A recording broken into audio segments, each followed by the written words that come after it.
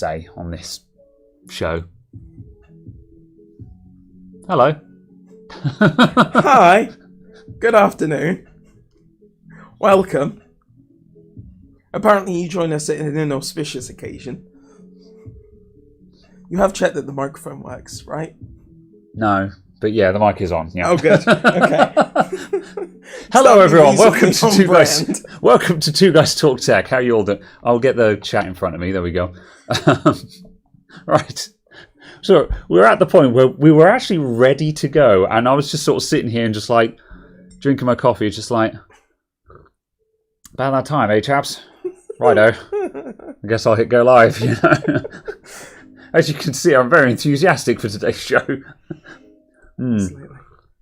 Hey, see, the change in lighting was worth it because 2 people have commented. There you go. There you go. Yep. We haven't got new lights. We've just moved the old ones. So, well, yeah, I may as well talk about it then. Yeah, the lights, the lights that we use are these ones. There are 4 of these lights. There are 4 lights. Hats off to anyone who gets that reference. There are 4 of those studio lights that I have on each corner of this desk. And normally they're at a high point looking down because the lighting is designed to illuminate what's on the desk. Yeah, that's obviously the important thing. And yeah, Caradog came in earlier on today and he was just like, we need to change the lighting setup, man. It's not working. And Caradog was just like, we need the lights to be lower down, pointing up a bit. Yeah. And that's exactly what we've done. So the front 2 lights, we just went, and we put them right down. So I've got one there, pointing up at my face, and Caradog has got one there pointing at his face. Yes. Looking at the preview, it's just like, yes, that works much better because the lighting is actually lighting up us instead of the bench now. Because obviously for the show, we don't need the bench to be illuminated. Yeah, and there's decent enough illumination from those 2 behind and splash from that on the actual desk, plus obviously the ceiling lights. Lighting. Yeah, because I was actually running 2/3 of a stop overexposure for last week, and it still looked wrong. Yeah. And then the week before, it was 1/3 of a stop over, and it was still just too dark. It was a bit contrasty and moody. The quality was there. It was just a bit contrast. It was just it just wasn't quite there. So, yes. It needs to tweak it slightly just because, the glasses reflection, unfortunately. But the actual lighting is definitely better and actually somewhat suitable. Oh yeah. Now I'm trying to position my head toward the camera and then look at the preview on the monitor, and it's just like, yes, now I can now see the lights reflecting in the glasses. But yes, it's fine. We can now just do the anime thing, where we both push up our glasses and it's just like shing, you know. That's one of the big good things about wearing glasses is that you can just do the anime. That's where you're wrong, kiddo. You know, the lights make the mug look good.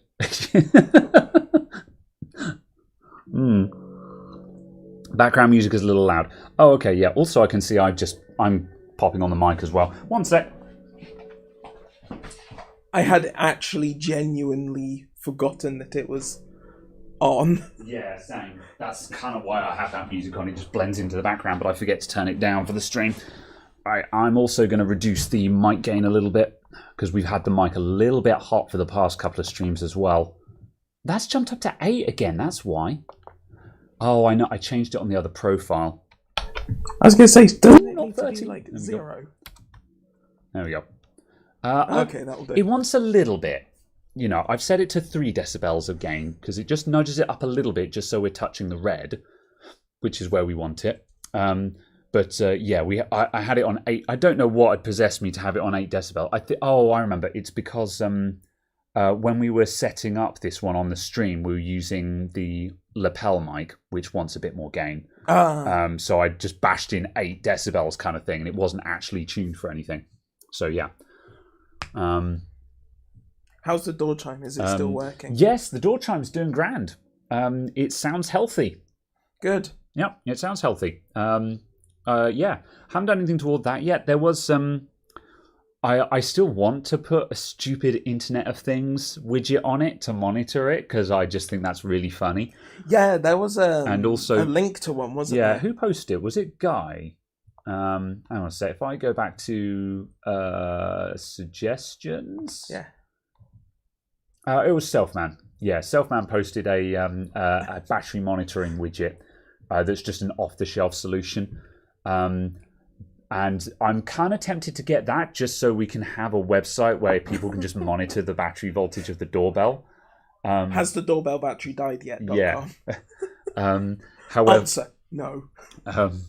But then on the other hand, also, if we go for a homemade solution with a Raspberry Pi, we can dial in something that monitors dips in the voltage so we can count doorbells, door chimes.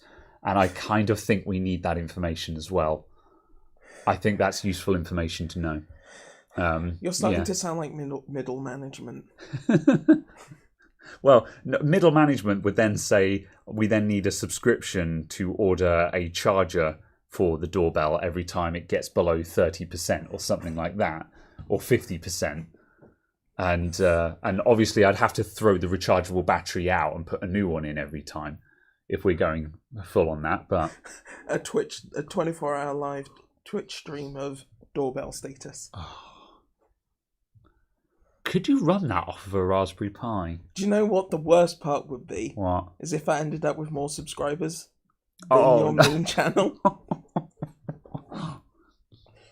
I mean, I wouldn't be offended by that, to be honest, because it's a meme, and also like different content gets different subscriber counts, and that has different value. Like something that occurred to me, like the music that we have on the background is just the lo-fi YouTube channel, and they've got like 9.5 million subscribers, which is quite a lot of subscribers, really. But that's not as impressive as a video content channel having that many subscribers, because they're just an internet radio station. It's easy, if you see what I mean. And so, like, if the stupid doorbell got more subscribers than my Twitch channel, I'd be like, well, yeah, it's a meme channel. People click on it without thinking. So that. Oh yeah, but I meant actual subscribers, not followers. Oh God, who would subscribe to it though? I don't know. Either way, I have seen things. Yeah. It's like Eve Intel channels with like, 800 or 900 subscribers. Sure. Yeah. It's just a stream of an Intel channel of like a system and local. Odd. I mean, it pays for the account. Sure. Yeah. Yeah. Yeah. Yeah. I'm a part of. Yeah. We might need this. I need this. Yeah. We need to find out if you can run if not a Twitch stream, then I think it would probably be better to stream to YouTube for this, I think, just because it's more relevant to the actual, because then I can more easily link back to the Adamant IT website and stuff like that, the Adamant IT channel. But, I wonder, can a Raspberry Pi handle, the monitoring obviously is almost zero usage, but could a Raspberry Pi 0, or well, no, you could do it on a Raspberry Pi 4 or something like that. Could also that have it so it tweets every time a door chimes. Yeah. Yeah. Oh, I can't. Yeah. Suddenly, random YouTube and Twitter star door chime. I'm going quiet, not because I hate the idea, but just because I really want to do that. Anyway, okay, yeah, we'll consider. I'm going to consider this. Yes. It's terrible. It's terrible, but it's terrible. It's amazing. You got to see it. It's brilliant. It's amazing, but it's terrible. Good. Right. Maria. Anyway, okay, right. Talk, tech channel and stuff. What do I think of the ROG Helios case? Is that a new one, or is the ROG Helios case the one that's been around for a while? I'm going to quickly look that up on the channel. I have absolutely no idea. I know nothing about it. Very well. Oh yeah, what does Paul? Yeah, Paul Daniels had a voltage monitoring thing on something dumb, didn't he? Although if it's anything like the MSI case as well, I think the ROG terrible. it is the one that's been around for a very long time. Yeah, the ROG Helios. It's the the ROG. You'd be amazed how I get so many every time I do a video that involves a Republic of Gamers thing, and I just call it the ROG Strix or something like that. I get someone in the comments going, "It's ROG, you idiot," kind of thing, and I'm like, who cares? Who actually cares? Anyway, yeah, that's the ROG What's Helios. their reasoning for it not being ROG? Well, because it stands for Republic of Gamers. Right, but what does NASA stand for? Yeah, okay, That's true. not NASA. Yeah, that's true. Well, some people get salty about the other day, Dave Jones from EEV blog was saying how he gets a lot of flack for calling LEDs LEDs, and a lot of people are like, it's LED, and he's like, LED is easier to say, you know. I guess. Yeah, see, that's one that made you think, didn't it? Yeah, but only because lead is a thing that isn't that. And you could have lead and lead in a sentence about lead. That's my only pause for thought on that. A LED to monitor the lead content of your lead ingot, you know.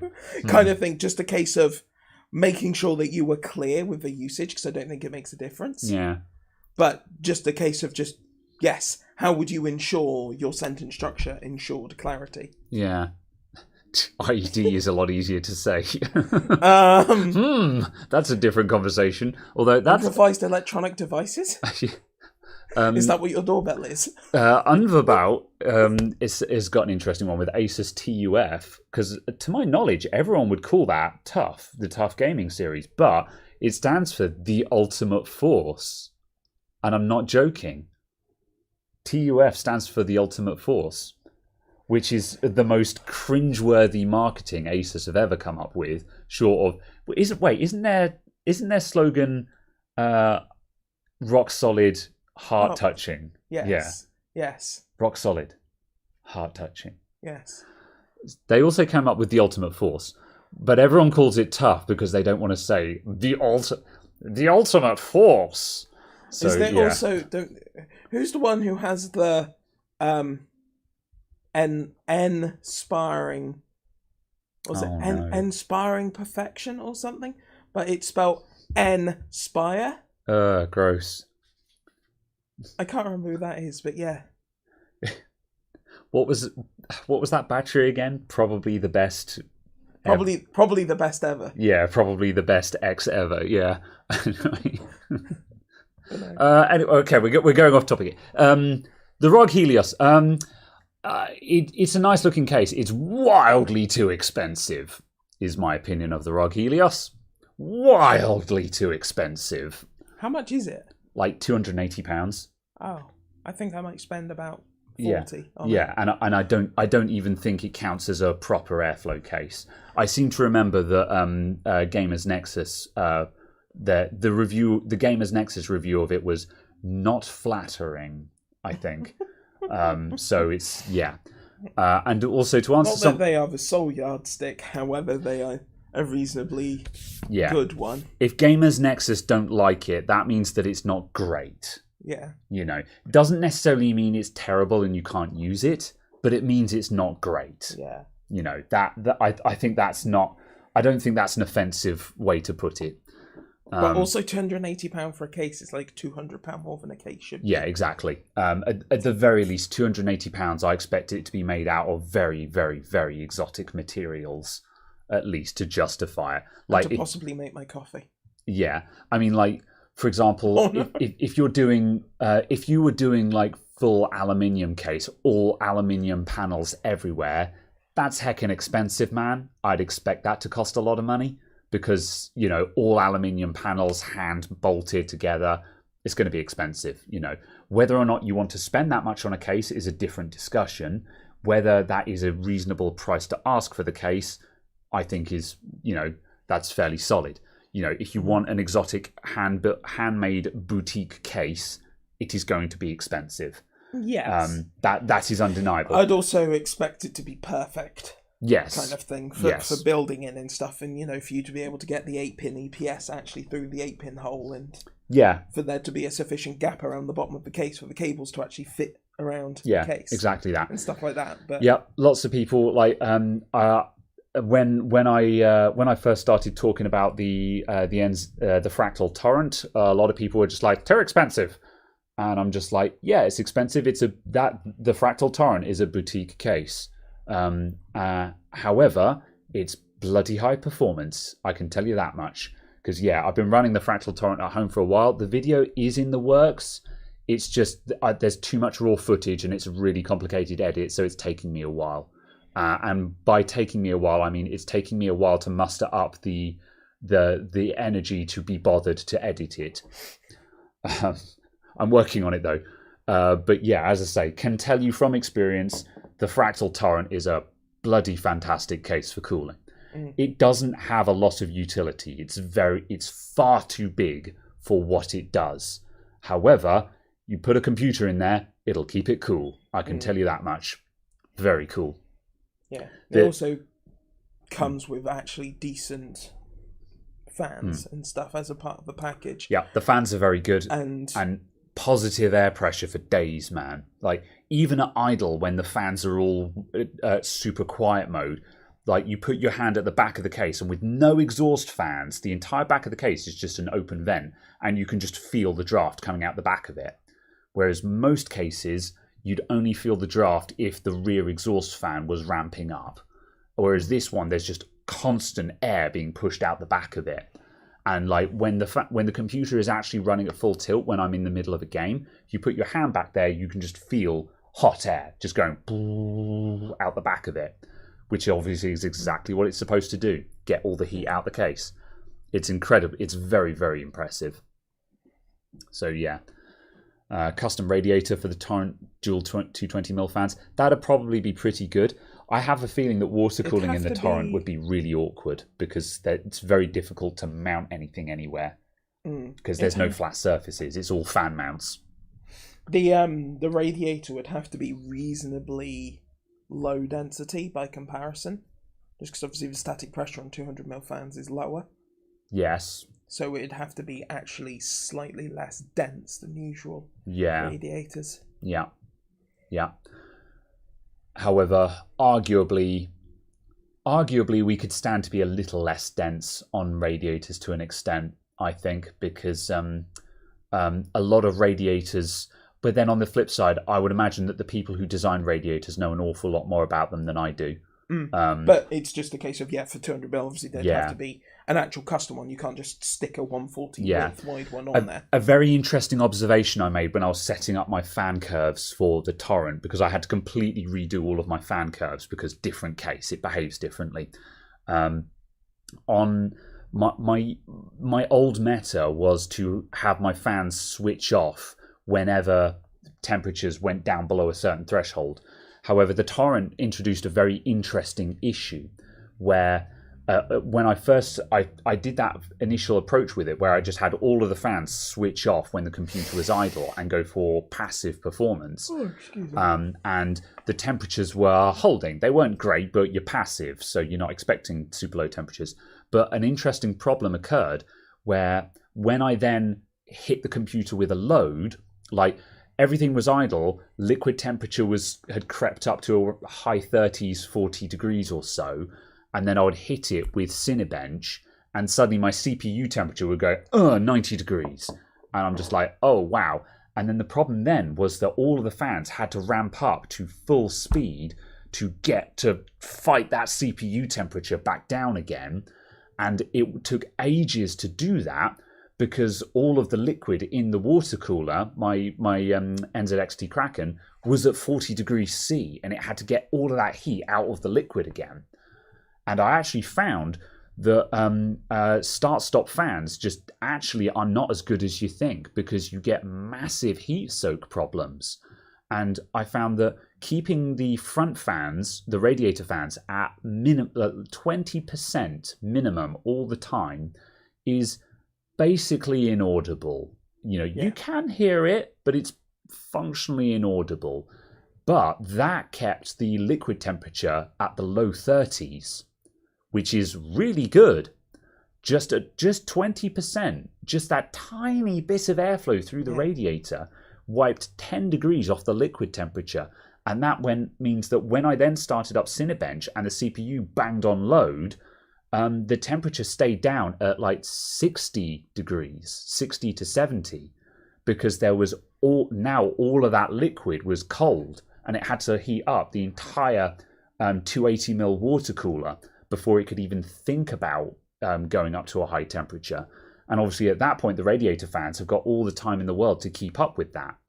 So yeah, as I say, the torrent was a very, very interesting change of meta for how I set up things. And the other thing as well was that this approach didn't work in my NZXT H500, because the H500, it had so poor airflow that fans running at 20% did literally nothing.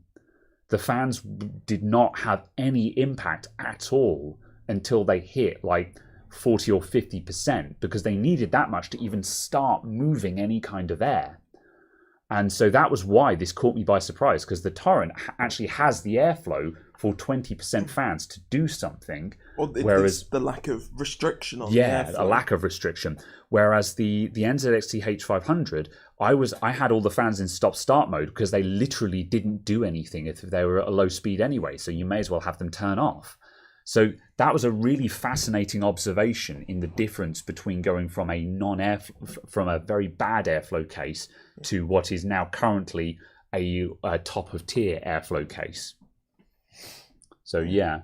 It's also just very interesting for fans is I greatly prefer just setting them to a higher static speed. So they're a continuous speed all of the time, but they're always at that speed. They might be slightly louder, but they're at a constant speed. Oh, so you don't run curves? And then I just ignore the fact that there's a noise. Because it's the same noise all the time. Okay. Continuously. Yeah. It's just not something you pay attention to. But fan curves, because they change the fan speed and stuff, I hear the fans changing speed. Yeah. And I continuously hear that, and it annoys me. That's a valid answer. And it's amazing how much more that annoys me. Yeah. Yep. But like at work, I can't hear my fans anyway, because having another person in the room even is enough to basically knock it out. So it's just and like a bigger room absorbs the noise. Yeah, 70% speed, done, whatever. Fix it at that so it doesn't change. And like a couple of the machines in here I would find them to be unbearably loud at home, but in here I don't notice them running. And I definitely see what you mean about the changing fan speeds, but I would still notice it. But when I go in, when I'm at home and I go into relax mode and I go into sort of what I would say quiet time mode, where I'm just sitting and chilling and relaxing, I don't actually want any noises at all. I really like a silent room when I'm trying to relax, and the problem is that when the room starts getting quiet, I will notice any noise at all. And because I know what computer fans sound like, I will notice any noise at all coming from my computer, which is why I'm such a stickler for noise with my computer. And that's, I would notice that even with a flat sound. So, but I think that's a very valid option though, just running a flat fan speed that can cope with load and idle. I think that's actually a good idea. It's not for me, but I can see why that would work for you, and I think that would be a really good strategy for a lot of people to try. It's something I want to change, though, at least, is just having two settings of speed. So there's slow and fast, and make them a big difference apart. So it will never accidentally switch from one to the other. Yeah. But it will purposefully switch from one to the other. Yeah. Just so you can tell if something's crashed in the background. Oh, yeah. And stuff like that. So it's like, the fan noise has gone to slow. It's crashed. Okay. And just kind of having that indicator is quite handy, but it's certainly not critical. Yeah. A lot of computers need better heuristics as well. And that's something that the NZXT tried to implement with CAM, but didn't seem to do a very good job of it. But that's CAM, but not... and what heuristics would be is, what's I can't think of there's another term for it in electronics as well, but the idea is that If you've got a changing temperature, let's say you've got CPU temperature, idle is 50 degrees, load is 80 degrees. What it will do is, if instead of having a curve, so at 60 degrees the fan ramps up slightly and it slowly gets louder and louder, it would go, the CPU would heat up, and the fan monitor, it would wait for like 10 seconds, 20 seconds, and if the CPU is still at 60 to 70 degrees, then it'll start bringing up the fans. Apple computers are very good for this. The fans don't, if you hit the CPU with a sudden load, the fans just don't start suddenly ramping up. It waits a good 10 or 20 seconds before it starts bringing the fan speed up. Because if you then finish what you're doing and it goes idle again, the fans never needed to change speed. And same thing goes for the other way around. If you're on load and the load suddenly stops for a sec, it will wait for 10 seconds to see if that load is going to come back before it changes the fan speed. And that would also help because, again, with fan curves, you can get stuck in oscillation where you'll just hear the fans going, wow, wow, wow, where it's getting stuck between two states. Oh, yeah, absolutely. And again, heuristics prevent oscillation. Yeah. Hysteresis. Yep. Sorry, thank you. Thank you, Dilka. That's the one. Hysteresis. That's what I meant. Continue. Yeah. It's the much smaller changes. Yeah. That annoy me. Than the kind of that ramping, because that ramping, I'm like, you're just broken. Yes. It's the kind of the more wobbling. The like, I don't know actual numbers, but say the like 2000 to 2100, or like 19 to 1990, kind of that tiny change. Yeah. I don't know. It just seems far more annoying to me than the like ramping between low, high, low, high, low, high. Weirdly, it also depends because that sometimes some fans and some setups there are just certain speeds that it tries where you get harmonics and resonance and stuff like that, and there's nothing more annoying than when your computer keeps settling at a fan speed that is resonating slightly. Graphics cards have a really nasty habit of doing this. My it was my 1070 had a really bad habit of settling at a fan speed that was just enough to go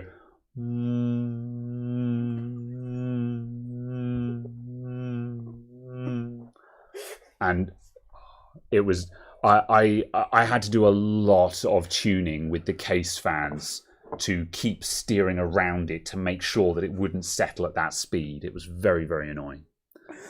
Oh dear. So yeah. I remember you saying about that in a video you did on the main channel about repasting your card. Yeah. You said, I don't think this has made much a difference. And then at the end of the video, like, but it has meant that I've annoyed the... Yeah. Suddenly you're a didgeridoo player. But yes. If you do a quick sketch of an Australian, is it a didgeridoodle? Well done. Yes. Yeah, by the way, hello to all the people that have been popping in to say hello. I have been seeing it in the chat. We've just been chatting and stuff. And yeah, yes. As the comment says, you should probably link to this channel from the main channel. Yes. Yes, I do need to start doing that in the videos. I actually earlier on today, I did. I very quickly recorded just like a 25 seconds thing of me just in front of the camera going, hello, by the way, don't forget we now have a second channel and that's where the thing is now. And I'm going to insert that at the start of the next few videos in editing because I keep forgetting to say it when I'm recording things because I'm working on fixing something. So I've just recorded a quick bit just so I can slot that in as a cold opening to a video. And I'll put that in the next couple of videos to try and drive some more traffic onto the second channel. Also, just actually, the channel has the linked channels. If yes. you go to about... Yep, that as well. Sure yeah, I'll get that done as well. Yep, because I've been doing a little bit of housekeeping. Adamant IT is verified now, or it should be anyway. Congratulations. I need to actually... youtube.com/adamantcomputers. Just going to check it. Because I haven't actually looked. Yes, there we go. I now have a tick mark. Yep. Adamant IT is now a verified YouTube channel. So yeah, I can verify that this is a YouTube channel. Indeed. And that's purely a vanity thing as far as I'm concerned. But it does just mean now that obviously it's just seen as this channel is actually has you need to have 100,000 subscribers to be verified. So it's a check mark that immediately signals that the channel has reached a certain size. So yeah. So that's kind of thing. Yes. Congratulations, every cringe content you made for many years. The Adamant IT has never been a personal channel. Always been its own channel. So no problem now. My opinion now channels more because I've got an audience and a check mark. Exactly. Well, it's lucky that I have a YouTube channel because of my involved. Yeah. Well, the other reason, what actually inspired me to think, to actually look up what do you need to get verified was I actually left a comment on one of Jay's 2 cents videos recently, and I actually sent him an email about it. If anyone saw it, it was the video where he was trying to unbrick a Z590. Yeah, Z590 motherboard he had, a brand new Intel Z590 motherboard that he had got from Intel that he had managed to BIOS update brick. One of his recent videos was him trying to unbrick it. He was unsuccessful. It almost certainly just needs reprogramming, which is something I've done several videos about it. And I just left a comment that was just, hey, FYI, this is what needs to be done to fix this. Standing offer, I'll fix it for you for free if you want. I'm aware that I'm in the UK and that there are probably people in the US that could do this for you, but standing offer if you're interested. And obviously, if I'd had a check mark next to my name, that might have helped the comment get more notice. But as it is, I also sent them an email just summarizing the same thing. And I just said, and I just put in some ideas saying, I can do some nice footage of this for you. So you could incorporate this as part of a video, or we could do a collaboration on it, or I'm willing to talk.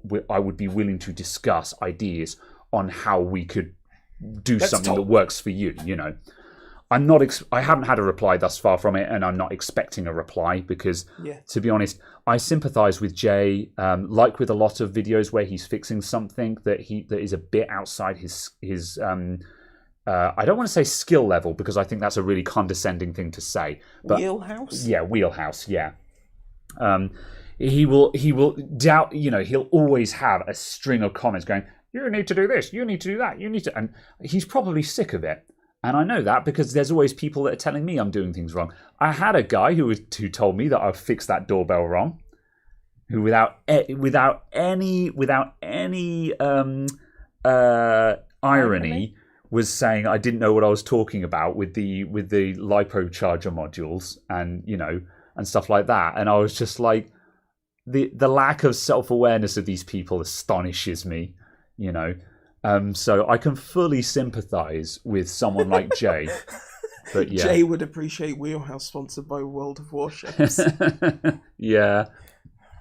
However, nonetheless, I sent him a message and I tried to phrase it in a way that is how I would want to hear it if someone was saying that to me, which was a case of like, I understand, this is what you did. That was a great idea. And I've tried to do that and it hasn't worked for me once before either. Here's how I solved the problem. I would love to work with you to show you how to do that as well, kind of thing, Doorbell specialists were up in arms over that video. I bet they were. So yeah. But yes, anyway, I'm not expecting a reply from him. But it would be, it's one of those things where I was like, I'm going to make the offer because it would be kind of heckin' awesome, But yeah, I don't know. That'd be nice, but it ain't going to happen. Jay can't solve it to save his life. No, but that's just because he hasn't sat down and practiced, And that's the thing, is having a load of people in his comments saying, oh, you're terrible at this. Stick to building computers, Jay, kind of thing. That's really not helpful, Whereas what is helpful is someone who would then comment and say, hey, pro tip, if you tried using this, try holding the soldering iron at this angle, adding some flux and doing this instead, and you'll find that it stops the solder blobbing up, like what was going wrong for you. That's so much more constructive and helpful. Whereas having a bunch of people going, should have used flux and soldering iron's crap and stick to building computer, it's not helpful. It's not what people want to see.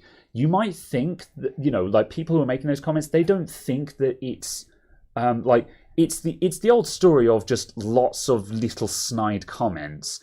Each one on their own isn't really harmful per se, but when you read a wall of them, you look at that and you're just like, why do I even bother? That's how it makes you feel when you just see a wall of comments like that. And yeah.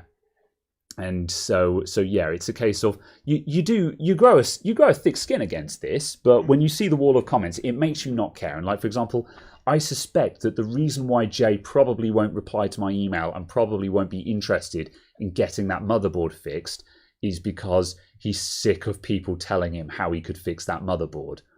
And even if he made a video with me about reflashing that, there'd probably be a wall of comments of people going, "You flashed it wrong," you know.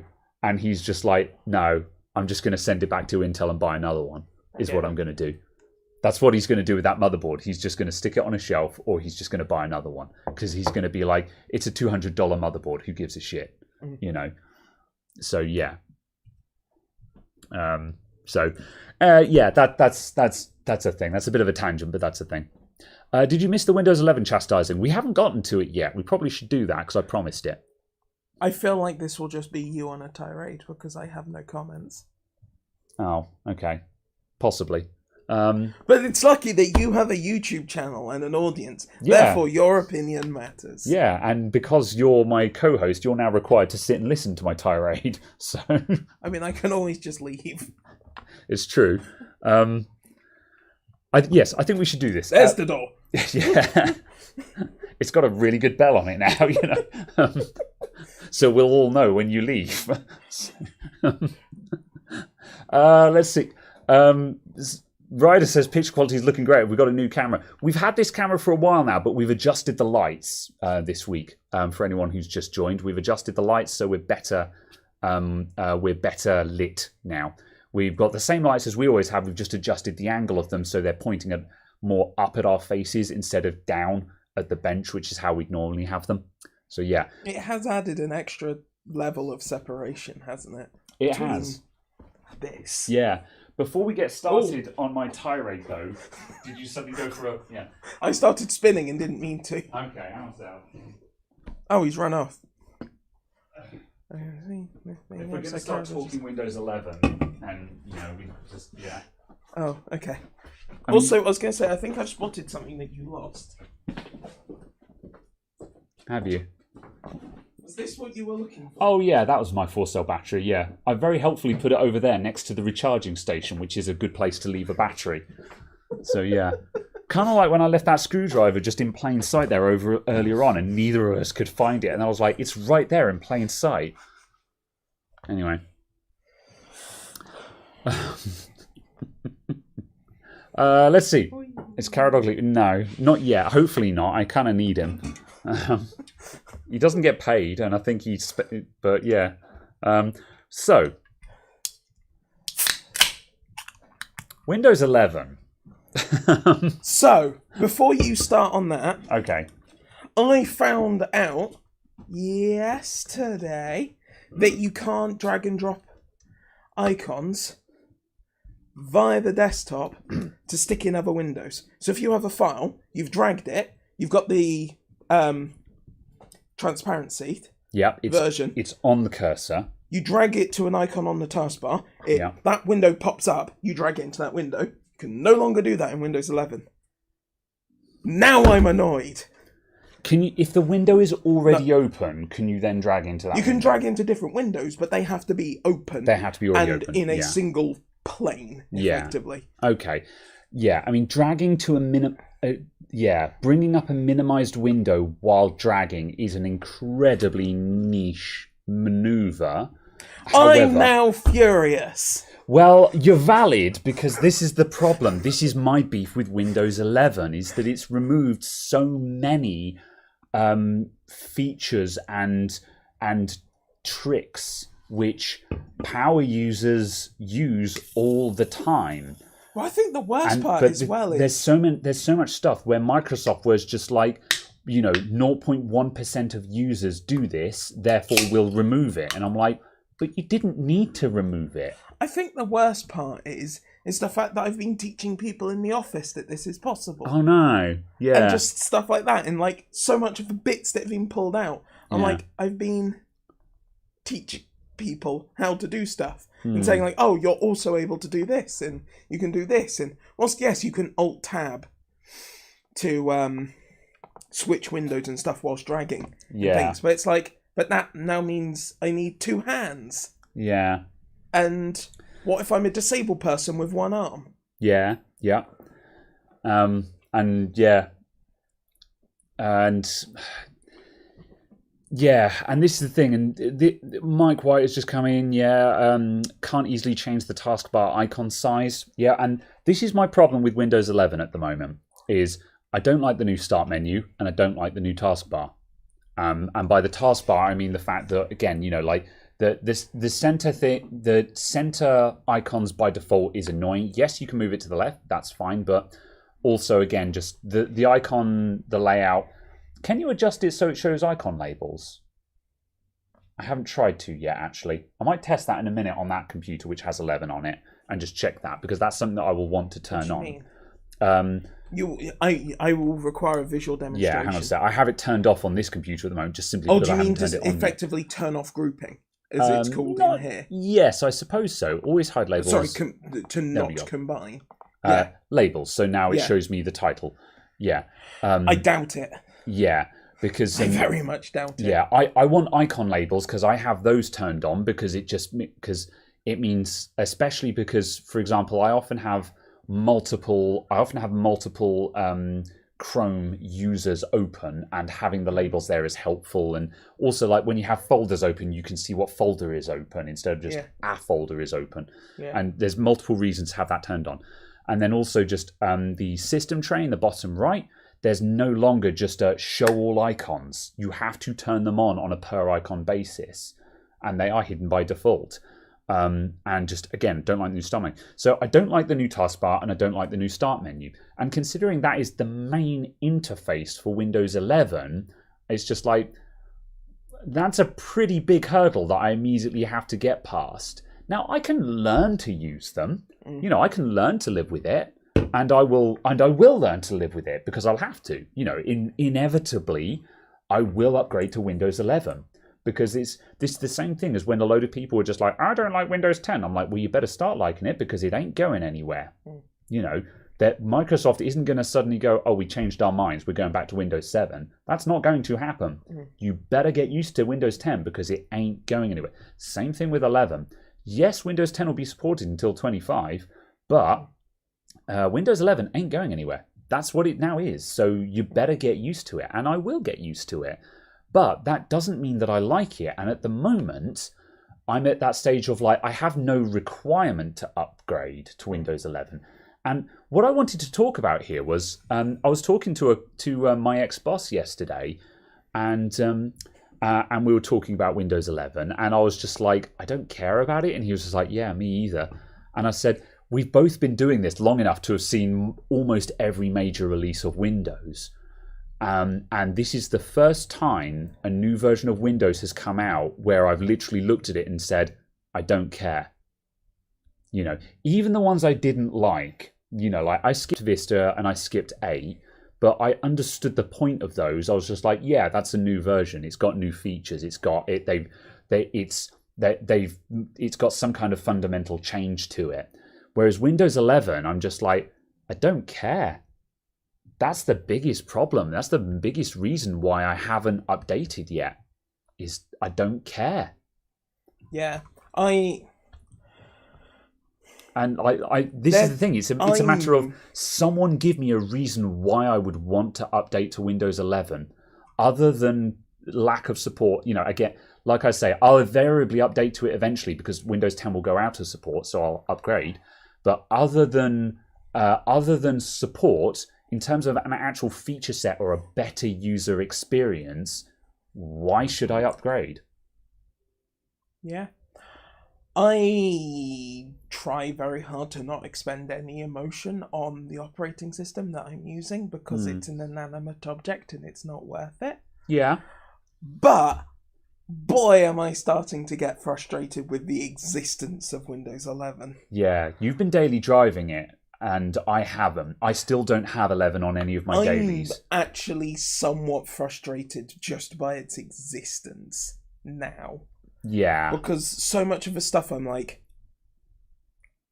but why? Yeah, because like the new theme, start menu and start bar notwithstanding, but the new theme, so the new icons, the new the theme and style, I actually really like that. I think it looks fresh and modern, and I think Windows 10 is actually starting to look dated, because Windows 10 is aggressively flat design, and flat design I've always hated, and flat design is very much going out of vogue now as well. Just like when Windows 8 came out, Windows 7, which was that skeuomorphic glass era, Windows 7 was starting to look very dated because skeuomorphic design was rapidly going out of fashion, which was making 7 look incredibly dated. And Windows 10 is starting to suffer the same problem, where flat design is looking really outdated now. We're moving away from flat design. We want stuff that actually looks pretty again. And Windows 11 is a breath of fresh air. I love the theme. But the thing is, they could have slapped that theme onto Windows 10. Easy, because Windows 10 got updated icons anyway. Windows 10 has new icons that are not flat design. The current Windows 10 icons, like the new File Explorer icon, those are no longer flat design. They are modern design. I don't know what the name for the new style is, but they are now modern gradient designs again. And they look great, in my opinion. The Windows 11 theme, you could just apply that to Windows 10. So straight away, for the new theme, Windows 11 doesn't need to exist. So this kind of brings us into the next thing that I wanted to discuss, which is the CPU scheduler. So obviously Windows 11 has a new CPU scheduler, which has been the source of the performance issues. So obviously recently we got updates that now the AMD performance issues should now be resolved or significantly improved in 11 to how they were. That has allegedly been fixed, to be confirmed, but the update is out and apparently it fixes the performance issues for Windows 8. For AMD. So, however, here's the thing. I think Windows 10 is going to get the same new CPU scheduler, because otherwise Windows 10 won't support Intel Alder Lake. Because Alder Lake has what's the term again? Heterogeneous design. Heterogeneous cores. Yeah, I keep asking you every time it comes up in conversation. Alder Lake has heterogeneous core design, so it's got performance cores and efficiency cores. You need a new CPU scheduler to deal with that. The funny side comment on that was the screenshot I posted in exclusive chat earlier in the week. Yeah, was someone saying like they had admittedly not I've just forgotten what they're called. The engineering sample that is the final tape out. Okay, yeah. The literally just before release tape out. I know the one you're talking about. I can't remember the word either, but yeah. Qualifying sample, we'll call it. Yeah. They had one of those. Yeah. Apparently it needed 330 watts to still be slower than a 5900X. Oh, yeah. And it was just like, you need 330 watts to be slower than 5900X. Lisa Sue built this in a cave with a box of scraps. You know, but yeah. And I'm just like, if that's accurate, if that is still the case, I'm just like, oh my god. Oh my god. Yeah, that much being said, with Alder Lake, what I think will be more interesting with Alder Lake is that we get some Alder Lake laptops which have got decent performance and idle at like half a watt. I'm hoping. And will have crazy battery life compared to AMD. That's what I'm really hoping. That, I think, is where Alder Lake will play. However, going back to the original thing, is the fact that Alder Lake, because of this big little core design, it's gonna need a new CPU scheduler. It doesn't have anything on corner line. It's going to need a new CPU scheduler. And that is what Windows 11 has, as a new CPU scheduler. So the thing is that I think Windows 10 will get an update with the same new CPU scheduler as Windows 11 has. Because not. Well, otherwise Windows 10 basically won't support Alder Lake. So? But that would mean that Windows 11 doesn't support Ryzen 1st Gen.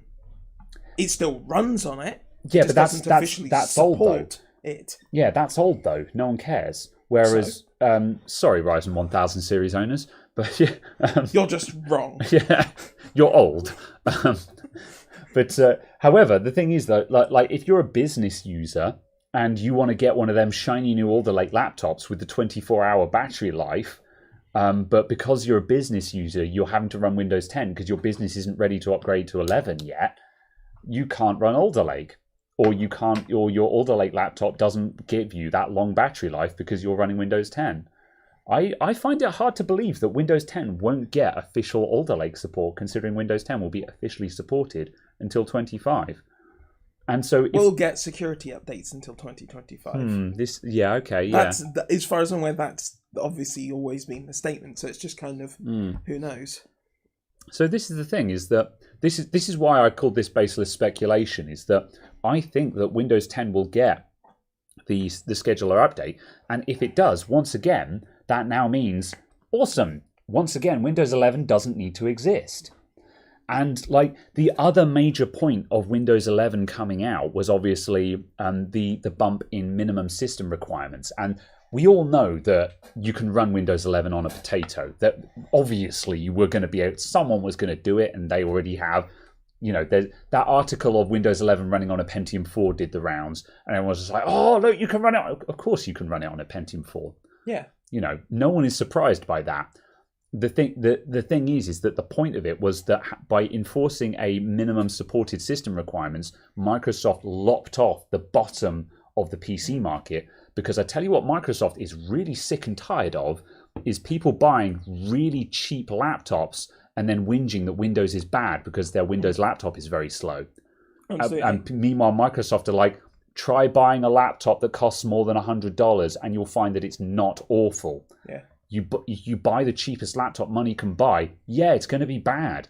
And Microsoft are getting sick and tired of being the punching bag because there are so many Apple users out there who bought Apple computers because they had crap Windows laptops. They had a slow Windows laptop and they were like, oh, we had a Windows laptop. It was awful. It was terribly slow. And we went and bought an Apple and it's been brilliant. I'm like, it better bloody be because it was £1,400.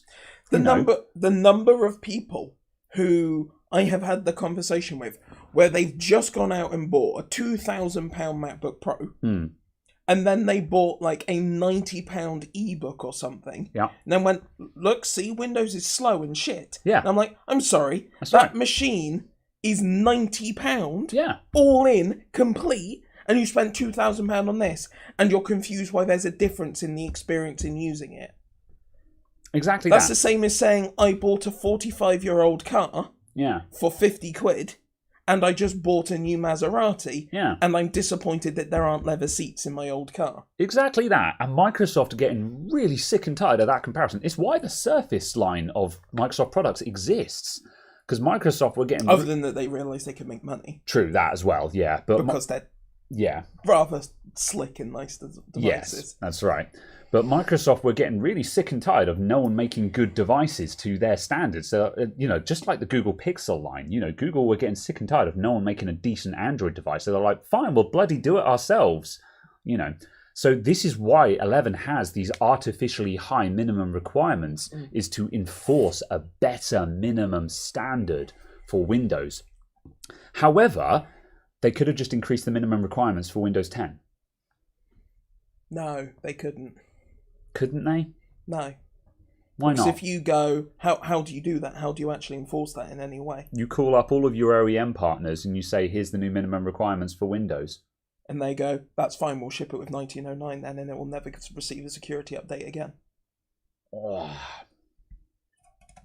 Blink first, Microsoft. Blink first. That will be the response. You think so? Yeah. You think Microsoft couldn't strong-arm the OEMs over that? With what? What is their negotiating chip? The fact that they provide the world's most popular operating system. Right. How do they stop providing that then to a company that buys it from them without then getting sued to high heaven? Maybe. Yeah. Yeah, I mean, of course... They have no bargaining. Yeah, chip. Okay, yeah. This does kind of tie into the last reason why 11 exists as well, which is purely, obviously, the OEMs wanted a new number to market. and a new reason for everyone to go out and buy a new device is just like, oh, you can now get Windows 11, buy a new computer with Windows 11 kind of thing. It just seems like a really weird time to do it, given that obviously laptop sales are through the roof right now because that's true. of the pandemic. Yeah. Desktop sales are through the roof. Yeah, laptops are heckin' expensive at the moment, man. Dell prices are not shifting. It's just really weird that now was the time. If to be utterly cynical and it's purely increased number to sell more laptops. Yeah. Now is not the time to do that. When, as far as I'm aware, every laptop manufacturer is complaining that they cannot get enough parts to meet their existing demand for laptops. Yeah. Now is not the time to drum up more demand if you already can't meet it. It was kind of like I saw someone say the other day that Nvidia were gonna stop making the 30 series as of 23 days ago. Yeah, and I'm like, they were what kind of fucking idiot do you have to be for a company that has stockholders, people with shares who want you to be a money printer, for you to stop printing money? Yeah, they will sue that company so hard. That's right. There will be so much litigation. They will be tied up until the Stone Age comes back again. That's it. Oh my God, the fall of humanity will happen faster. How are you this dumb? Someone ran the story that Nvidia were going to stop making 30 series cards, and there was there was speculation that they were doing this to increase the scarcity and keep the prices high. And I'm like, are you kidding? They're literally printing money. Why would you stop printing money? Anyway. Carrot Dog angry much. They're not used to it from you. I think people are getting used to it from me, where I just suddenly go, and another thing. I just get angry with people who are incapable of thinking. I like the people who believe those stories. They're the people where we're like, no, we're stopping there. That almost became eugenics. Yeah. Anyway, moving on. So how do you like the cider? It's still good. Yeah, it's still good. I'm enjoying it. Carrot Dog, he's only had 2 sips and he's already off the chain angry. We're not helping. I was actually getting annoyed with Chris S. constantly saying in the suggestions channel 1 can of cider per 2 guys talk tech. I was actually this close to sending you a DM saying, can you stop saying that? Because I'm getting bored of it. But the problem is that it gets results. So... Paradox Motivational Business Seminar this Sunday is called Fire Everyone. Out of a cannon, into the sun. That joke will never stop being funny as well. What's up, Teltac? Teltac, I need you to make a Raspberry Pi to monitor the voltage of the doorbell, because also we now need the Raspberry Pi to be able to run a Twitch or YouTube stream providing a live feed of the voltage of the cell at any given time. Is this Tesco cider? Lidl? Lidl. It's Lidl cider. Woodgate Reserve. Premium quality Somerset Scrumpy cider. It's all right. Yeah. Yeah. It's actually, it's not inspiring, but it's quite drinkable, isn't it? Yeah. Yeah. Yeah. I didn't realise they're sticking in a new Lidl just up there. I thought it was going to be an Aldi. So I drove past, didn't pay any attention, and I went, oh, new footpath. Yeah. Yeah. Turned around, came back the other way and went, Lidl! Yeah.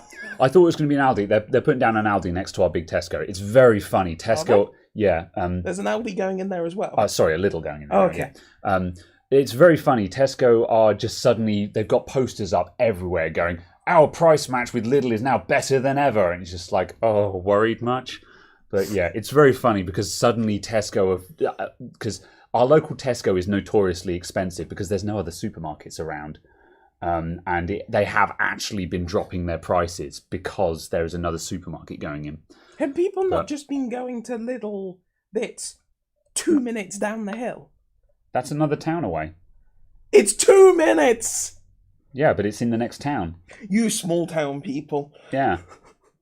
So I drive for 15 minutes to get to our closest shop. But what are we talking? Yeah, this is not relevant to the podcast at all. So I don't know why we're talking about the new Lidl that's going in. That might be an Aldi. That's actually a Lidl. Because we were talking about the cider. Oh, that's right. Yeah, yeah. I'll be able to buy mulled wine. Oh no, they stopped doing that. I want to get the mulled wine again. And that's not relevant either. Tech. Could you repeat the question? Yeah. Right. Hang on a sec. Tech.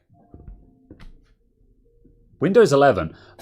Yeah, I need to install Windows 11 on the work laptop. You don't. I do, because I need to daily drive it. You don't.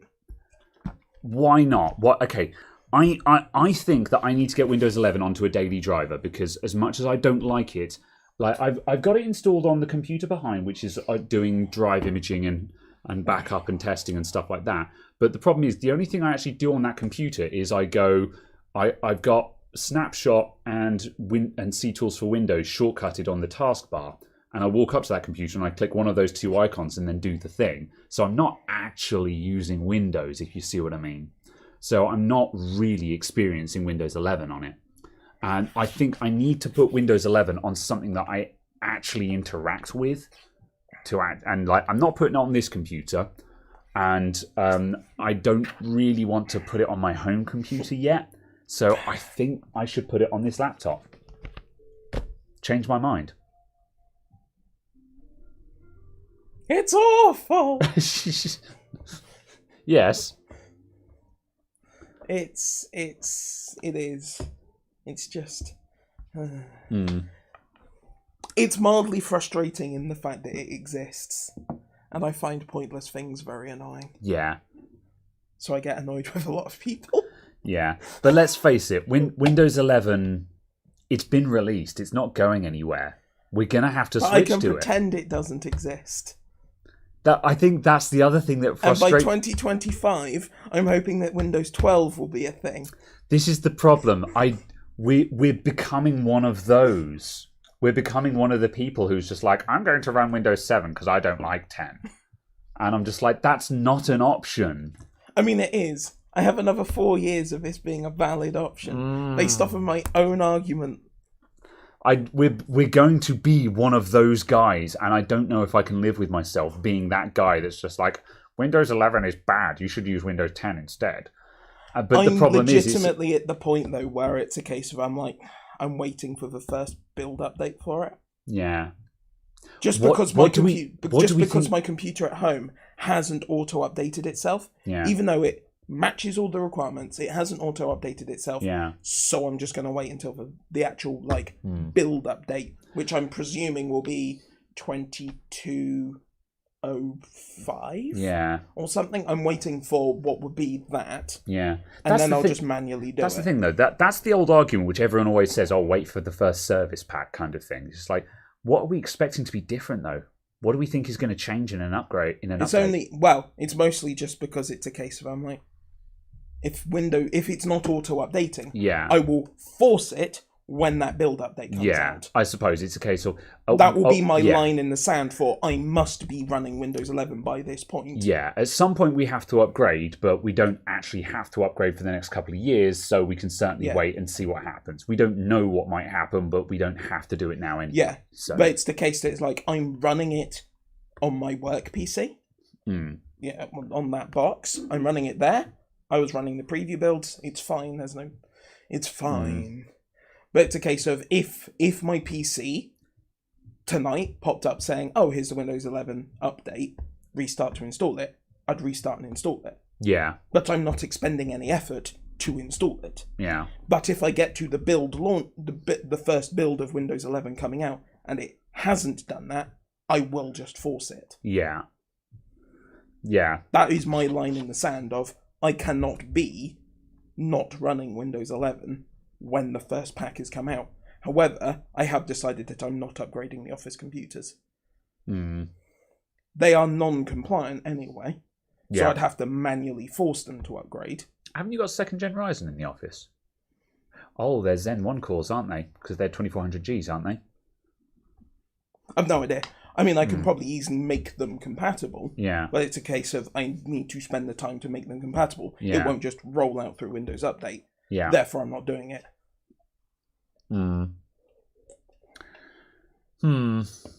What laptop ships with 11? I don't know. Has anyone been into a PC World lately? Why would you do such a thing? Well, also, PC World doesn't exist anymore. Oh, Curry's, whatever. It's a Curry's. Yeah. I love the fact they spent... It could have been worse. I could have been said, has anyone been in Dixon's lately, you know? But have you gone to a Tandy at any point recently? Or a Maplins. Ooh, sorry. Legitimately, Maplins was a crying shame. They were actually useful. Anyway, but yeah, if you go into a Curry's now, a Curry's PC World or whatever, is all their stuff now running 11, or is it mixed in there? Like, if you go into a Staples, yeah, what do the high street shops have in them now? Have they actually upgraded everything to 11, or have they got a mixed bag? Don't know if you can post links, probably. But yeah, does anyone know the answer to that? Just free upgrade to 11. Okay, yeah. Lenovo's shipping with 11 in the US. I think like if you're buying from box stock is 10 apparently. Yeah. I think if you're buying like direct from Dell, it will come with 11. But if you're buying something that's obviously been sat in a warehouse, it'll be on 10. Yeah. I'd expect that for another month. I need to order a laptop. Actually, I need to order a laptop for a customer like immediately because I was supposed to order it on like on Thursday or Friday. I was supposed to have ordered it on Thursday last week. I mean, it'll show up in time. It's fine. But actually, what I'll do is I'm just going to jump on the Dell website now and I'll just see what they Dell. Actually, yeah, hang on a sec. Let me get the heck in. Let's do a thing. Let's get the hood. Yeah. So how does one say HDMI as a word? Hood me? Hood me, yeah. I could to go with your Juvka. Juvka looked at her. Ready for the hood. First I had the verse, and then I had the duvta. Who was I talking to about? Was it you I was talking to about phone jacket? Yeah. Why not ThinkPad? I don't like Lenovo. Dell are my preferred choice for laptop, for better or for worse. Right, hang on a sec. Let me get a... I'm just going to studio mode for a sec. And if I go Live Gamer HD2 and transform, reset transform. Yeah, let's do that. Okay, so we're going to go bam. And we're going to go add video source, cam link, and we're going to go, pew. I'm going to rough resize that up there. That sounded very much like the catchphrase sound. Yeah. Right, so homepage, yeah, their latest, our greatest. Together, Windows 11 and Dell PCs create the best-in-class experience. So, yeah, that's obviously going to be a thing. So... this is the laptop. I'm going to order a laptop for a client. This is the laptop that I normally buy for people. I go to their home laptops because they're cheaper, and I search by 8 gigs of RAM. Because this will now show me everything that's got at least 8 gigs of RAM. Because I'm not buying a 4 gig RAM laptop. We all know that's not enough. But this will now show me AMD and Intel options because I'm going to take whichever is better bang for buck at any given time. Because for a home user laptop, you're looking for, i3 or Ryzen 3 with 8 gigs of RAM and 256 gigs of storage. That's what you need. That's what I want. And I want whatever's cheapest on that point. Do a live chat with a sales advisor? Oh, no. I'm looking to buy a laptop that's running Windows 11. Can you recommend a... So this is interesting. So firstly, the one that I'm going to go for here... are you sorting by price? Yes, lowest price first. So Good. Firstly, the cheapest one... All I have is ball. Yeah. The one that I would actually buy is this first one because it's £420. I will sell that to the customer for £470. And what I do, my sales pitch to the customer is I say... I buy the laptop from Dell for Dell's price, then I put my £50 flat fee on top of it. And for that £50, you're paying for me to find and get the laptop for you, and that also includes a data transfer. So I'll transfer the data from their old device to their new device. The other thing that I also do with laptops when I buy them for a customer is I take them out the box and I erase them and I do a vanilla install of Windows. So there's zero junk on it. So that's what I would be doing. So I would be buying this first one here. And it's got a Ryzen 3250U, which is fine for a home user. It's got 8 gigs of RAM. It's only single channel. However, again, for a home user, that doesn't matter. And it means that later on in the laptop's life, someone can drop another 8 gig module into that. No problem. And it's got 256 gigs of storage, and it's on a proper NVMe SSD. So again, 250 gigs of storage, not a lot, but it's perfectly good. The vast majority of clients have less than 100 gigs of data, in my experience. Measly 8 gigs. 8 gigs is fine for a home computer. You don't need more than 8 gigs unless you're a power user or a gamer. Don't get me wrong, I run more than 8 gigs in this laptop that we're on at the moment. However, for a home user, 8 gigs is fine. And plus also to go, the next stage up is 16 gigs, which will start costing you arms and legs. Like if we wanted to give the customer a 16 gig laptop, we ain't going out without a £500. And £500 sounds like a lot of money to a client. 470 sounds a lot less than 500. So, what's the cheapest Alienware notebook? The cheapest Alienware notebook? Okay, hang on a sec. We're going to look at Windows 11 in a minute because I can see that one of these does come with Windows 11. But let's check Alienware. Windows. I thought they were all on the Dell website. I'm just opening up another tab. Yeah. So yeah, products. Where do we find those gaming Alienware PCs? Or I guess. Defy boundaries. Alienware X15. Oh my god, Cyberpunk. Alienware gaming laptops. Sort by lowest price. Okay. They start at 1,300 quid. Okay. And for 1,300, that's fine. That's not particularly relevant. Only because I have a 12% discount code. Oh, okay. Yeah. I'm not. This is a little old lady who wants to. Oh yeah. Emails. No. That's fine. But it was a case of I was wondering if there was going to be a weird bottom bin Alienware SKU that was like 520 quid. Yeah. And if you put a 12% discount code on it, you could get it down it below. then kind of takes 50 quid off and makes it somewhat worthwhile. And it might be a case of actually dual channel RAM. Fair enough, yeah. And just weird twiddly bits like that, but no. Nope, for 1,300 quid you get yourself a 5800H, which I believe is pretty decent. 3050 Ti, 4 gigs, which is, for £1,300, I'd kind of want a 3060 or a 3060 Ti at that price tag. Like 3050, like the 50 Ti, that's the kind of thing you expect to see at like the £800 mark. I think that sounds reasonable.